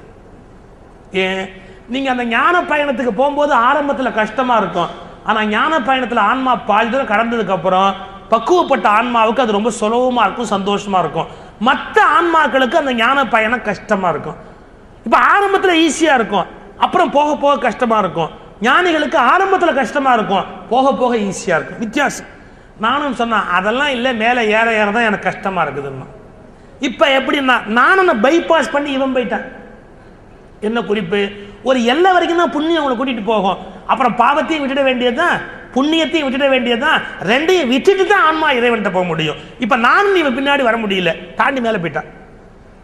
அங்க போய் பார்த்தா அந்த திருக்காலத்தி மலை மீது மோகமாய் ஓடி சென்றார். ஆசையா மேல ஓடுறான், மோகமாய் ஓடி சென்றார். இதை விட ஆச்சரியம், இது வரைக்கும் எவனும் பண்ணாத காரியத்தை பண்றான் இந்த திண்ணன். அங்க சிவலிங்க திருமேனில உட்கார்ந்து இருக்கார் சிவபெருமான். மோகமாய் ஓடி சென்றார், வேகமானது மேற் செல்ல செல்ல மிக்கது ஒரு விரைவின் ஓடி மோகமாய் ஓடி சென்றார். ஏகநாயகரை கண்டார், எழுந்த பேர் உவகை அன்பை உற்றார். அப்புறம் என்ன பண்ணார்? தழுவினார், மோந்து நின்றார். யாருக்கா சிவலிங்கத்தை கட்டி தழுவி முத்தம் கொடுக்கணும்னு தோணுமா? அப்படியே போய் சிவலிங்கத்தை இறுகி தழுவிட்டு தழுவினார், மோந்து நின்றார். இதை விட பெரிய ஆச்சரியம், கண்ணுல இருந்து கர கர கரன்னு தண்ணி கொட்டுது. அந்த அந்த அந்த சிவலிங்க திருமேனி மேல அவ்வளவு அன்பு வந்துருச்சு. ஒரு வார்த்தை சொன்னா, அடியனேற்கு இவர்தான் எங்கு அகப்பட்டார், எனக்கு வசமா சிக்கிக்கிட்டார்ப்பா, என்கிட்ட இவர் தான் வசமா சிக்கிக்கிட்டார்னு அந்த சிவலிங்கத்தை இறுக்கி கட்டிக்கிட்டு கண்ணை தண்ணி விட்டு அழுகுறான். சிவலிங்கத்தை கட்டி தழுவணுங்கிற எண்ணமே யாருக்கும் வந்திருக்க முடியாது, இவருக்கு வந்திருக்கு. எனக்கு இவர் நல்லா மாட்டிக்கிட்டாரு. மாணிக்கவாசர் சொல்றார், சிக்கன பிடித்தேன் எங்கெழுந்தருளுவது இனியேன்னார். இவன் திருவாச்சகம் படிக்கல, ஆனா சிக்கன பிடித்தான். இறுகி சிவலிங்கத்தை பிடிச்சிட்டு அழறான். யாருக்கும் தோணாத கேள்வி சார். இப்படி திரும்பி இப்படி பார்த்தான், என்னடா அங்க பச்சைல கிடக்குது, இதெல்லாம் யார் போட்டா? அந்த கூட வந்த நான் இப்ப படியேறி மேல வந்தவன் சொன்னா, இந்த கோயிலுக்கு ஒருத்தர் வந்து பூஜை பண்ணுவார், நான் பார்த்துருக்கிறேன். அவர் தான் இந்த பூவு நீர் தண்ணி இதெல்லாம் போடுவாரு. அன்றோர் பார்ப்பனர் இது செய்தார் அப்படின்னா. தமிழ்ல வந்து பார்ப்பனர் என்பது உயர்ந்த சொல். ரெண்டு பொருள் இருக்கு அதுக்கு. என்னன்னா, பார்ப்பார் அப்படின்னு சொன்னா பிரம்மத்தை பார்ப்பவர்கள், எல்லாவற்றிலும் யார் பிரம்மத்தை தரிசிக்கிறார்களோ அவர்கள் பார்ப்பார். இன்னொன்னு பார்ப்பு அனர்னு அர்த்தம். பார்ப்பனர் என்ன பொருள் தெரியுமா? பார்ப்புனா பறவை குஞ்சு, கோழி குஞ்சு, இதெல்லாம் வந்து பார்ப்பு. பார்ப்பு அனர்னு சொன்னா கோழி பறவைகள் எப்படி முதல்ல முட்டையிடும், இது முதல் பிறவி. இந்த முட்டையை தாய் பறவை அடகாத்து ஒரு குறிப்பிட்ட நாளை வெடிச்சு உள்ளேருந்து குஞ்சு பறவை வரும். அதாவது 2 பிறவி உண்டு எதுக்கு? பறவைகளுக்கெல்லாம். அப்படி பார்ப்பவர்களுக்கு த்விஜால்னு பேரு, இருபிறப்பாளர்னு பேரு. முதல் பிறவி அவர்கள் சராசரியாக பிறக்கிறார்கள். 2வது பிறவி அவர்கள் தீட்சை பெற்று இன்னொரு பிறவி எடுக்கிறார்கள். இன்ன சர்மா அப்படின்னு யஜ்ஞோபவீத அணிவிக்கிற நாள்ல மறுபிறவி நிகழ்கிறது. எனவே பார்ப்பு அனர். இன்னொன்னு, வைணவ இலக்கியங்கள்ல மகா ஞானிகளாகிய உத்தம சீரர்களை 2 இறகு உடைய பறவைன்னு சொல்றான். என்ன 2 இறகு? ஆச்சரியமான விஷயம். ஒரு உயர்ந்த மனுஷனுக்கு 2 இறகு உடைய பறவை உதாரணம். இவன் மேல போகணும்னா ஞானம்னு ஒண்ணு இருக்கணும், ஒரு ரெக்கை. ஞானம் மட்டும் இருந்தா போறாது. பல பேருக்கு நிறைய ஞானம் தெரிஞ்சு வச்சிருப்பாங்க. ஞானம் மட்டும் இருந்தா போறாது, அனுஷ்டானம்னு ஒரு ரெக்கை இருக்கணும். ஞானம் அனுஷ்டானம் இவை நன்றாகவே உடைய ஞான குருவை அடைந்த கால் தேனார் கமல திருமாமகள் கொழுனு தானே வைகுந்தம் தருண்ட. ஒரு முயற்சி வேண்டாம். ஞானம் அனுஷ்டானம் இவை உடையனான குருவை அடைந்த கால். சில குருமார்களுக்கு ஞானம் இருக்கும், அனுஷ்டானம் இருக்காது. அனுஷ்டானம் இருக்கும், ஞானம் இருக்காது. 2 ரெக்கை இருக்கணும். இருந்தா இவங்க நம்மள மேல தூக்கி போயிடலாம். அந்த 2 ரெக்கை உடைய பார்ப்பு அனர் பார்ப்பனர் ஆச்சாரியன். அவனுக்கு அந்த அந்த யோக்கியத்தை இருக்கு, அந்த சிறப்பு இருக்கு. அதை சொல்றான். அன்றோர் பார்ப்பனர் இது செய்தார். அப்படியா? அப்ப இவருக்கு இதெல்லாம் செய்யணுமா? அது எனக்கு தெரியாது. அடுத்த கேள்வி கேட்டான் பாருங்க. மலை மேல உட்கார்ந்து இருக்கிறாரு, இவருக்கு பசிக்காதா? இவருக்கு பசிக்காதா? எப்படி சாப்பிடுவார்? நாம எங்கேயாவது கோயிலில் போய் சுவாமி எப்படி சாப்பிடுவார்னு கேட்டிருக்கோமோ? தஞ்சாவூர் டிஸ்ட்ரிக்ட்ல பல சுவாமி சாப்பிடவே இல்லை. நம்ம கவலைப்பட்டோமோ? எந்த சுவாமியை பார்த்தாலும் எனக்கு சோறு போடு, எனக்கு சோறு போடு, எனக்கு சோறு போடுன்னு கேட்டோமே ஒழிய நீ சாப்பிட்டியான்னு ஒரு சுவாமியை கேட்டோமோ? கேட்கல. இதான் பாருங்க, நமக்கும் கண்ணப்பனுக்கு வித்தியாசம். இவர் எப்படி சாப்பிடுவார் அப்படின்னா, அன்புள்ளவர்கள் மற்றவங்களை பார்த்த உடனே நீ சாப்பிட்டியா, சாப்பிடல, இன்னும் முதல்ல சாப்பிடு. பிரத்யார் சாப்பிடணும்னு நினைக்கிறது அன்பு, நான் சாப்பிடணும்னு நினைக்கிறது சுயநலம். அதை தான் சொன்னேன். கல்வி வளர வளர சுயநலம் வளருது, கல்வி குறைய குறைய பிறர் நலம் இருக்கு. அன்பு, நீ சாப்பிட்டியா, நீ சாப்பிடலையே. இவன் கேட்கறான், சிவபெருமான் சாப்பிடுவாரு, எப்படி சாப்பிடுவார் அப்படி. இவனுக்கு என்ன பதில் சொல்ல தெரியும்? அன்று அவர் வந்து ஊட்டுவார் அப்படின்னா இரு, அப்ப இவருக்கு சாப்பாடு கொண்டு வரணும். இந்த இடத்துல தான் அவருடைய மனசு படியிலேருந்து கீழே இறங்கி வரணும், கீழே இருந்து உணவு கொண்டு வரணும். ஆனால் மனசு வரல. ஏண்டா வரலன்னா, நான் கீழே போகும்போது ஏதாவது விலங்கு வந்து இவரை அடிச்சுட்டா சரி, போகாமையே இருந்தா இவருக்கு சாப்பாடு போகவும் முடியல, இருக்கவும் முடியல. இப்படி படி இறங்குறான் ஏறுறான், படி இறங்குறான் ஏறுறான். என்ன அன்பு பாருங்க, அவனால் இருக்க முடியல. நான் அதுக்கு ஒரு உதாரணம் சொல்றது உண்டு. ஒரு சைல்டு ட்ரஸ்ட் ஹாஸ்பிட்டலில் சீரியஸான லெவலில் குழந்தை கொண்டு போய் அட்மிட் பண்ணுறா ஒரு தாயார். அந்த டாக்டரை பார்த்துட்டு, அம்மா இம்மீடியட்டாக ஒரு இன்ஜெக்ஷன் போடணும், உங்கள் குழந்தைய காப்பாற்றினா இம்மீடியட்டாக ஒரு இன்ஜெக்ஷன் போட்டாகணும், இது இங்கெல்லாம் கிடைக்காது, கவர்மெண்ட் ஆஸ்பத்திரிக்குள்ளே கிடைக்காது, நீங்கள் வெளியே போய் இங்கே வாங்கிட்டு வாங்க அப்படின்னு அவசரமாக ஒரு பேப்பர் எடுத்து அந்த இன்ஜெக்ஷனை எழுதி கொடுக்குறாரு. இந்த அம்மா போவாள? அந்த குழந்தைக்கு பக்கத்தில் யாருமே இல்லை, விட்டுட்டு போக மனசு வராது. ஆனால் மருந்து வாங்காட்டி குழந்தைக்கு உயிர் ஆபத்து, போயே ஆகணும். வெளியே போவா திரும்பி பாப்பா, வெளியே போவா திரும்பி பாப்பா, ஐயா என் பிள்ளைய நல்லா பார்த்துக்கிங்க. இந்த ஒரு 2 நிமிஷம் அந்த பிள்ளைய விட்டு போறதுக்கு மனசு வராது.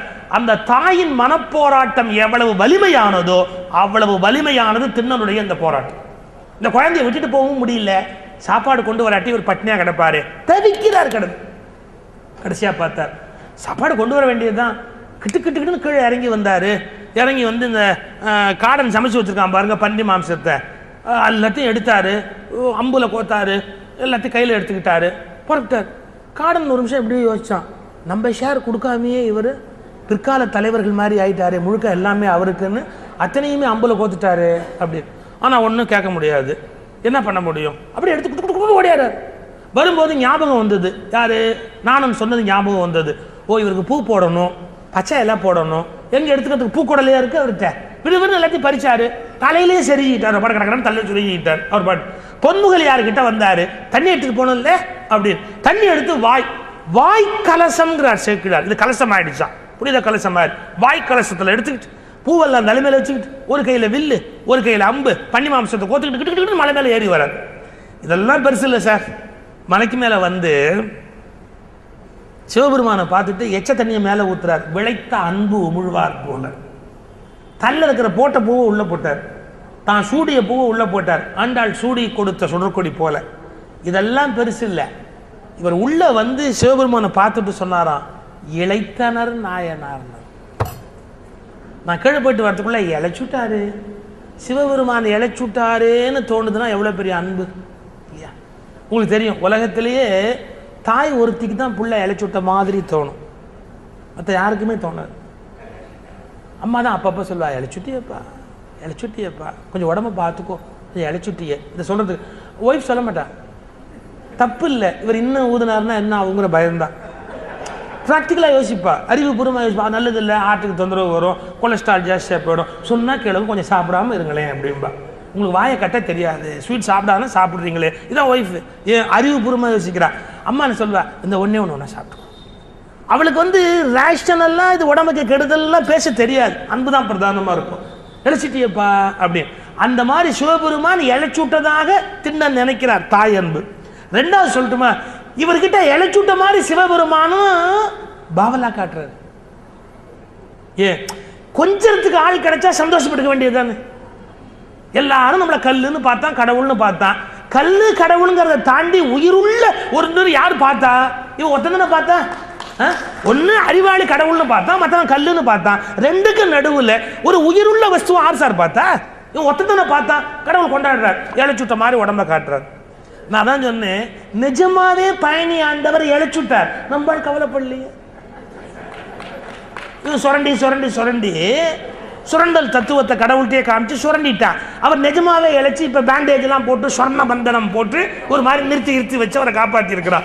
அதை பற்றி நம்மால் கவலைப்படல. பழனி ஆண்டவர் இழைச்சுட்டாருன்னு யாரும் கவலைப்படவே இல்லை. இவர் நல்ல வடிவத்தில் இருக்கிறார். இழைத்தனர் நாயனார், ஐயோ இழைச்சி போயிட்டாரே அப்படி வருத்தப்படுறார். யாரு தின்னார். சரி, அப்புறம் மாம்சத்தை எடுத்து கொடுக்குறார். எப்படி? இவர் என்ன சாப்பிடுவார் அதை கொடுக்க தெரியும், அவருக்கு என்ன கொடுக்க தெரியுமா? மாம்சத்தை முன்னாடி வச்சு சாப்பிடணும், அவர் சாப்பிட மாட்டேங்கிறது. இவர் எடுத்து கடிச்சாராம்.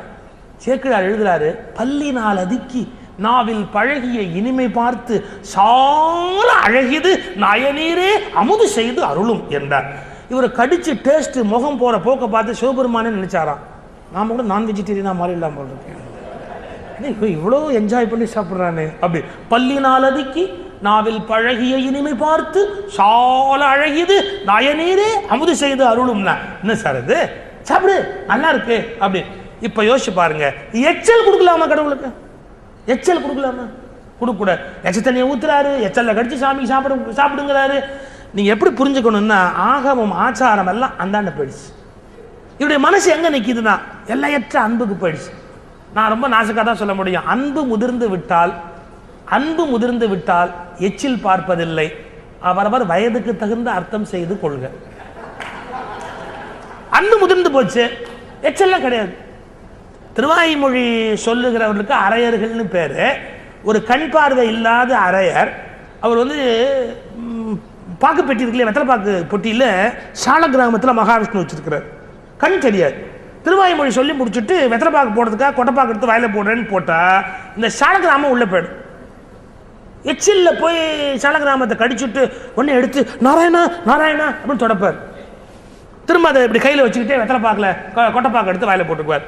பக்கத்தில் ஒரு மனுஷன் பார்த்தான், ஓய் என்ன அக்கிரமம், தினம் சால கிராமத்தை வாயில போட்டு அப்புறம் என்ன நாராயணா நாராயணா, பேசாம எங்கிட்ட கொடுத்துடு, நீ என்ன பண்ணுவேன்னா அருமையா ஒரு சந்தன பேழை பண்ணி உள்ள வச்சு சால கிராமத்துக்கு பூஜை பண்ணி சௌக்கியமா வச்சுக்கிறேன். இவர் பார்த்தார், நமக்கு தான் வசதி இல்லை வச்சுக்கிறேங்கிறான், கொடுத்துட்டார். கொண்டு போய் அவன் வீட்டில் ஒரு பேழையில உள்ள வச்சு அன்னைக்கு எல்லாம் அபிஷாரம் பண்ணி பூட்டிட்டான்.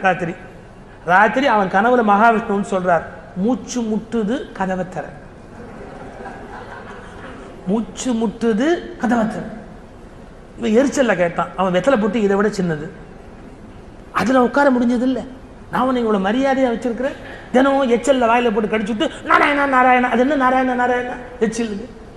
அதுக்கு பகவான் சொன்னாராம், அறிவு கெட்டவனே, அவன் வெத்தலைப்பாக்கு பெட்டியை திறந்த உடனே கொட்டைப்பாக்குன்னு நினைச்சு என்ன போட்டான்னு நான் நினைச்சுக்கிறேன். அவன் கண்ணில்னா கூட கரெக்டாக கொட்டைப்பாக்கில் தான் கை வைப்பான். கொட்டைப்பாக்க ஒரு தள்ளு தள்ளிட்டு நாம் போய் சிக்குது. ஏன்? அது எச்சில் இல்லடா, திருவாய்மொழி சொல்லுகிற வாய் அல்லவா, அந்த எச்சில் அமிர்தத்தில் நனையணும்னு நாம் போய் நீ கெடுத்துட்டியே, அது அங்கேயும் தள்ளி என்ன கொண்டாந்து இங்கே வந்து சந்தனம்லாம் நமக்கு வேண்டாம், அவன் எச்சில் வேணும்னா. திருவாய்மொழி சொல்லுகிற வாய் எச்சிலுக்கு பெருமாள் ஏங்கினார் அப்படின்னா. அப்ப இந்த பக்தன் எச்சிலுக்கு, சபரியின் எச்சிலுக்கு ராமன் ஏங்கலையா? அது மாதிரி இங்க ஏங்குறான், இவன் கடிச்சுட்டு கொடுக்குறான் தான் அப்படி. அன்பின் முதிர்ச்சி. காகம் குஞ்சுக்கு ஊட்டும், தான் வாயில போட்டு கடிச்சிட்டு அதை கொண்டு போய் ஊட்டும் காகம் தன்னுடைய குஞ்சுக்கு. அதுக்கு எச்சில்லாம் கணக்கு பார்க்கும். கண்ணப்பனை பொறுத்தளவு சார் சிவபெருமான் குழந்தை, அவனை குழந்தையாக்கிட்டான், தன்னை தாயாக்கிட்டான். பெரியாழ்வார் போறார், பெருமாளை பார்த்தார், பல்லாண்டு பல்லாண்டுன்னார். இவர் எவ்வளவு? சில்லாண்டு. இவர் சின்னவர், அவர் பார்த்து பல்லாண்டு பல்லாண்டுன்னா. பெருமாள் கேட்டார், ஏன்னா நீயே சில்லாண்டு, நீ என்ன எனக்கு பல்லாண்டு பாடுற? பாட்டை முழுசா கவனி. அடியோமோடும் நின்னோடும் பிரிவின்றி 1000 பல்லாண்டு. நீ அத்தனை வருஷம் இருப்பே, அத்தனை வருஷம் நானும் இருப்பேன் போல. ஏன் வாழ்த்துறாருன்னா, பெரியாழ்வார்னு பேர் வச்சுட்டான் அவருக்கு. ஏன்? தன்னை பெரியவராக பாவித்துக் கொண்டு பகவானை குழந்தையாக பாவித்தார். அந்த ஆழ்வாரில் அவர் எப்படி பெரியாழ்வாரோ அப்படி நாயனாரில் பெரிய நாயனார் கண்ணப்பன். ஏன்? கடவுளை குழந்தையாக்கிட்டார், தன்னை அம்மாவை ஆக்கிவிட்டார். மனசுக்குள்ள சாப்பிடு சாப்பிடு பல்லினால் அதிக்கி நாவில் பழகிய இனிமை பார்த்து சால அழகிது நயனீரே அமுது செய்து அருளும் அப்படின்னார். பகவான் பார்த்தார், இந்த பையன் விடமாட்டான்னு மறைச்சுட்டார். ரொம்ப பசி, அதான் எல்லாத்தையும் சாப்பிட்டார், மறுபடியும் கிழ வந்துட்டார். 6 நாள் இந்த வேலை நடக்குது. 6 நாள் என்ன கூத்துன்னு கேட்டா, கூட வந்தவங்களாம் திரும்பி போயிட்டான், ஒன்றும் பண்ண முடியல. அப்பா அம்மா வந்து பார்த்தா ஒன்றும் தெரியல. திருநாவுக்கரசர் பக்திக்கு இலக்கணம் எழுதுறார். முன்னம் அவனுடைய நாமம் கேட்டாள், மூர்த்தி அவன் இருக்கும் வண்ணம் கேட்டாள், பின்னை அவனுடைய ஆரூர் கேட்டாள், பெயர்த்தும் அவனுக்கே பிச்சியானாள், அன்னையையும் அத்தனையும் அன்றே நீத்தாள், அகன்விட்டாள் அகலிடத்தார் ஆசாரத்தை, தன்னை மறந்தாள், தன் நாமம் கேட்டாள், தலைப்பட்டாள் நங்கை தலைவன் தாளே.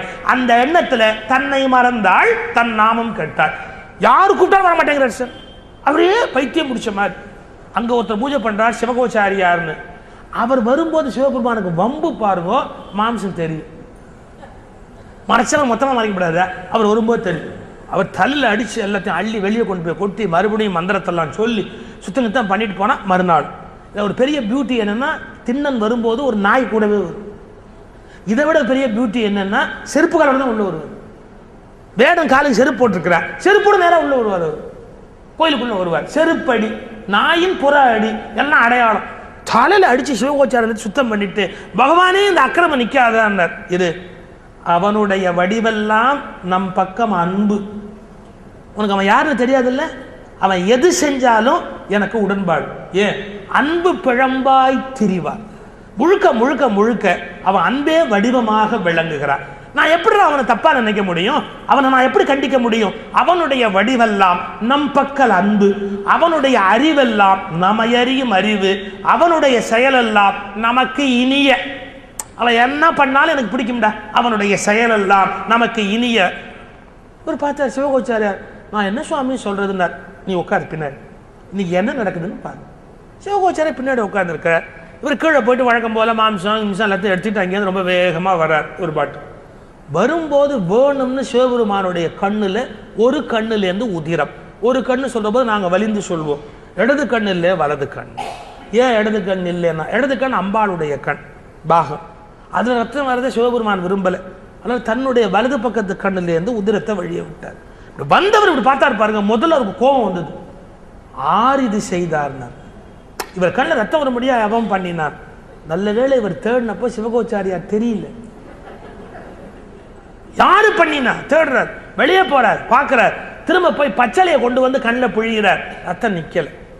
அப்புறம் தான் சொன்னார், நான் ஒரு மடையன், இதுக்கு சரி பண்ண வேண்டியதை விட்டுட்டு யாரு பண்ணினாலும் தேடிட்டு உட்கார்ந்துருக்கிறேனே. இவருக்கு காட்டு மனுஷன் யோசிச்சு யோசிச்சு பார்க்கிறார், வேற ஒன்றும் தெரியல. ஊனுக்கு ஊன் மருந்து என்று கண்டேன், ஊனுக்கு ஊன் தான் சரியான மருந்தா இருக்க முடியும் அப்படின்னு கண்ணை எடுத்தார், அப்பிட்டார். தன்னுடைய கண்ணை எடுத்து அந்த கண்ணில் அப்பிட்டார். இப்ப இன்னொரு கண்ணிலேருந்து ரத்தம் வடிய ஆரம்பிச்சு. நீங்க யோசிப்பீங்க, நீ தானே உமையம்மையினுடைய கண், அது ரத்தம் வரத சிவபெருமான் விரும்பலே. ஆமா, அந்த காட்சியை உமையம்மை பார்த்துக்கிட்டே இருந்தவன் நினைச்சாலாம், சிவபெருமான் கண்ணில் ரத்தம் வந்தப்போ நாம பதறல, இவன் கண்ணை எடுத்து அப்பிட்டானே, இப்படி ஒரு பக்தனான அம்பாள் நினைச்சாலாம். அவ கண்லேருந்து ரத்தம் வந்தது, இடது கண்ணில். அதை பார்த்துட்டு உடனே பதறி போய், இப்போ நாம்பளா இருந்தோன்னு வச்சுங்க, ஒரு சும்மா கற்பனை தான். உடனே கடவுள்கிட்ட சொல்லுவோம், இந்த பாரு என்கிட்ட 2 கண்ணு தான் இருக்கு, 1 கொடுத்துட்டேன், இன்னும் 1 என்கிட்ட இல்லைன்னா உனக்கு சாப்பாடு எப்படி கொண்டு வருது? ஸோ நமக்குள்ள ஒரு அட்ஜஸ்ட்மெண்ட் 50-50.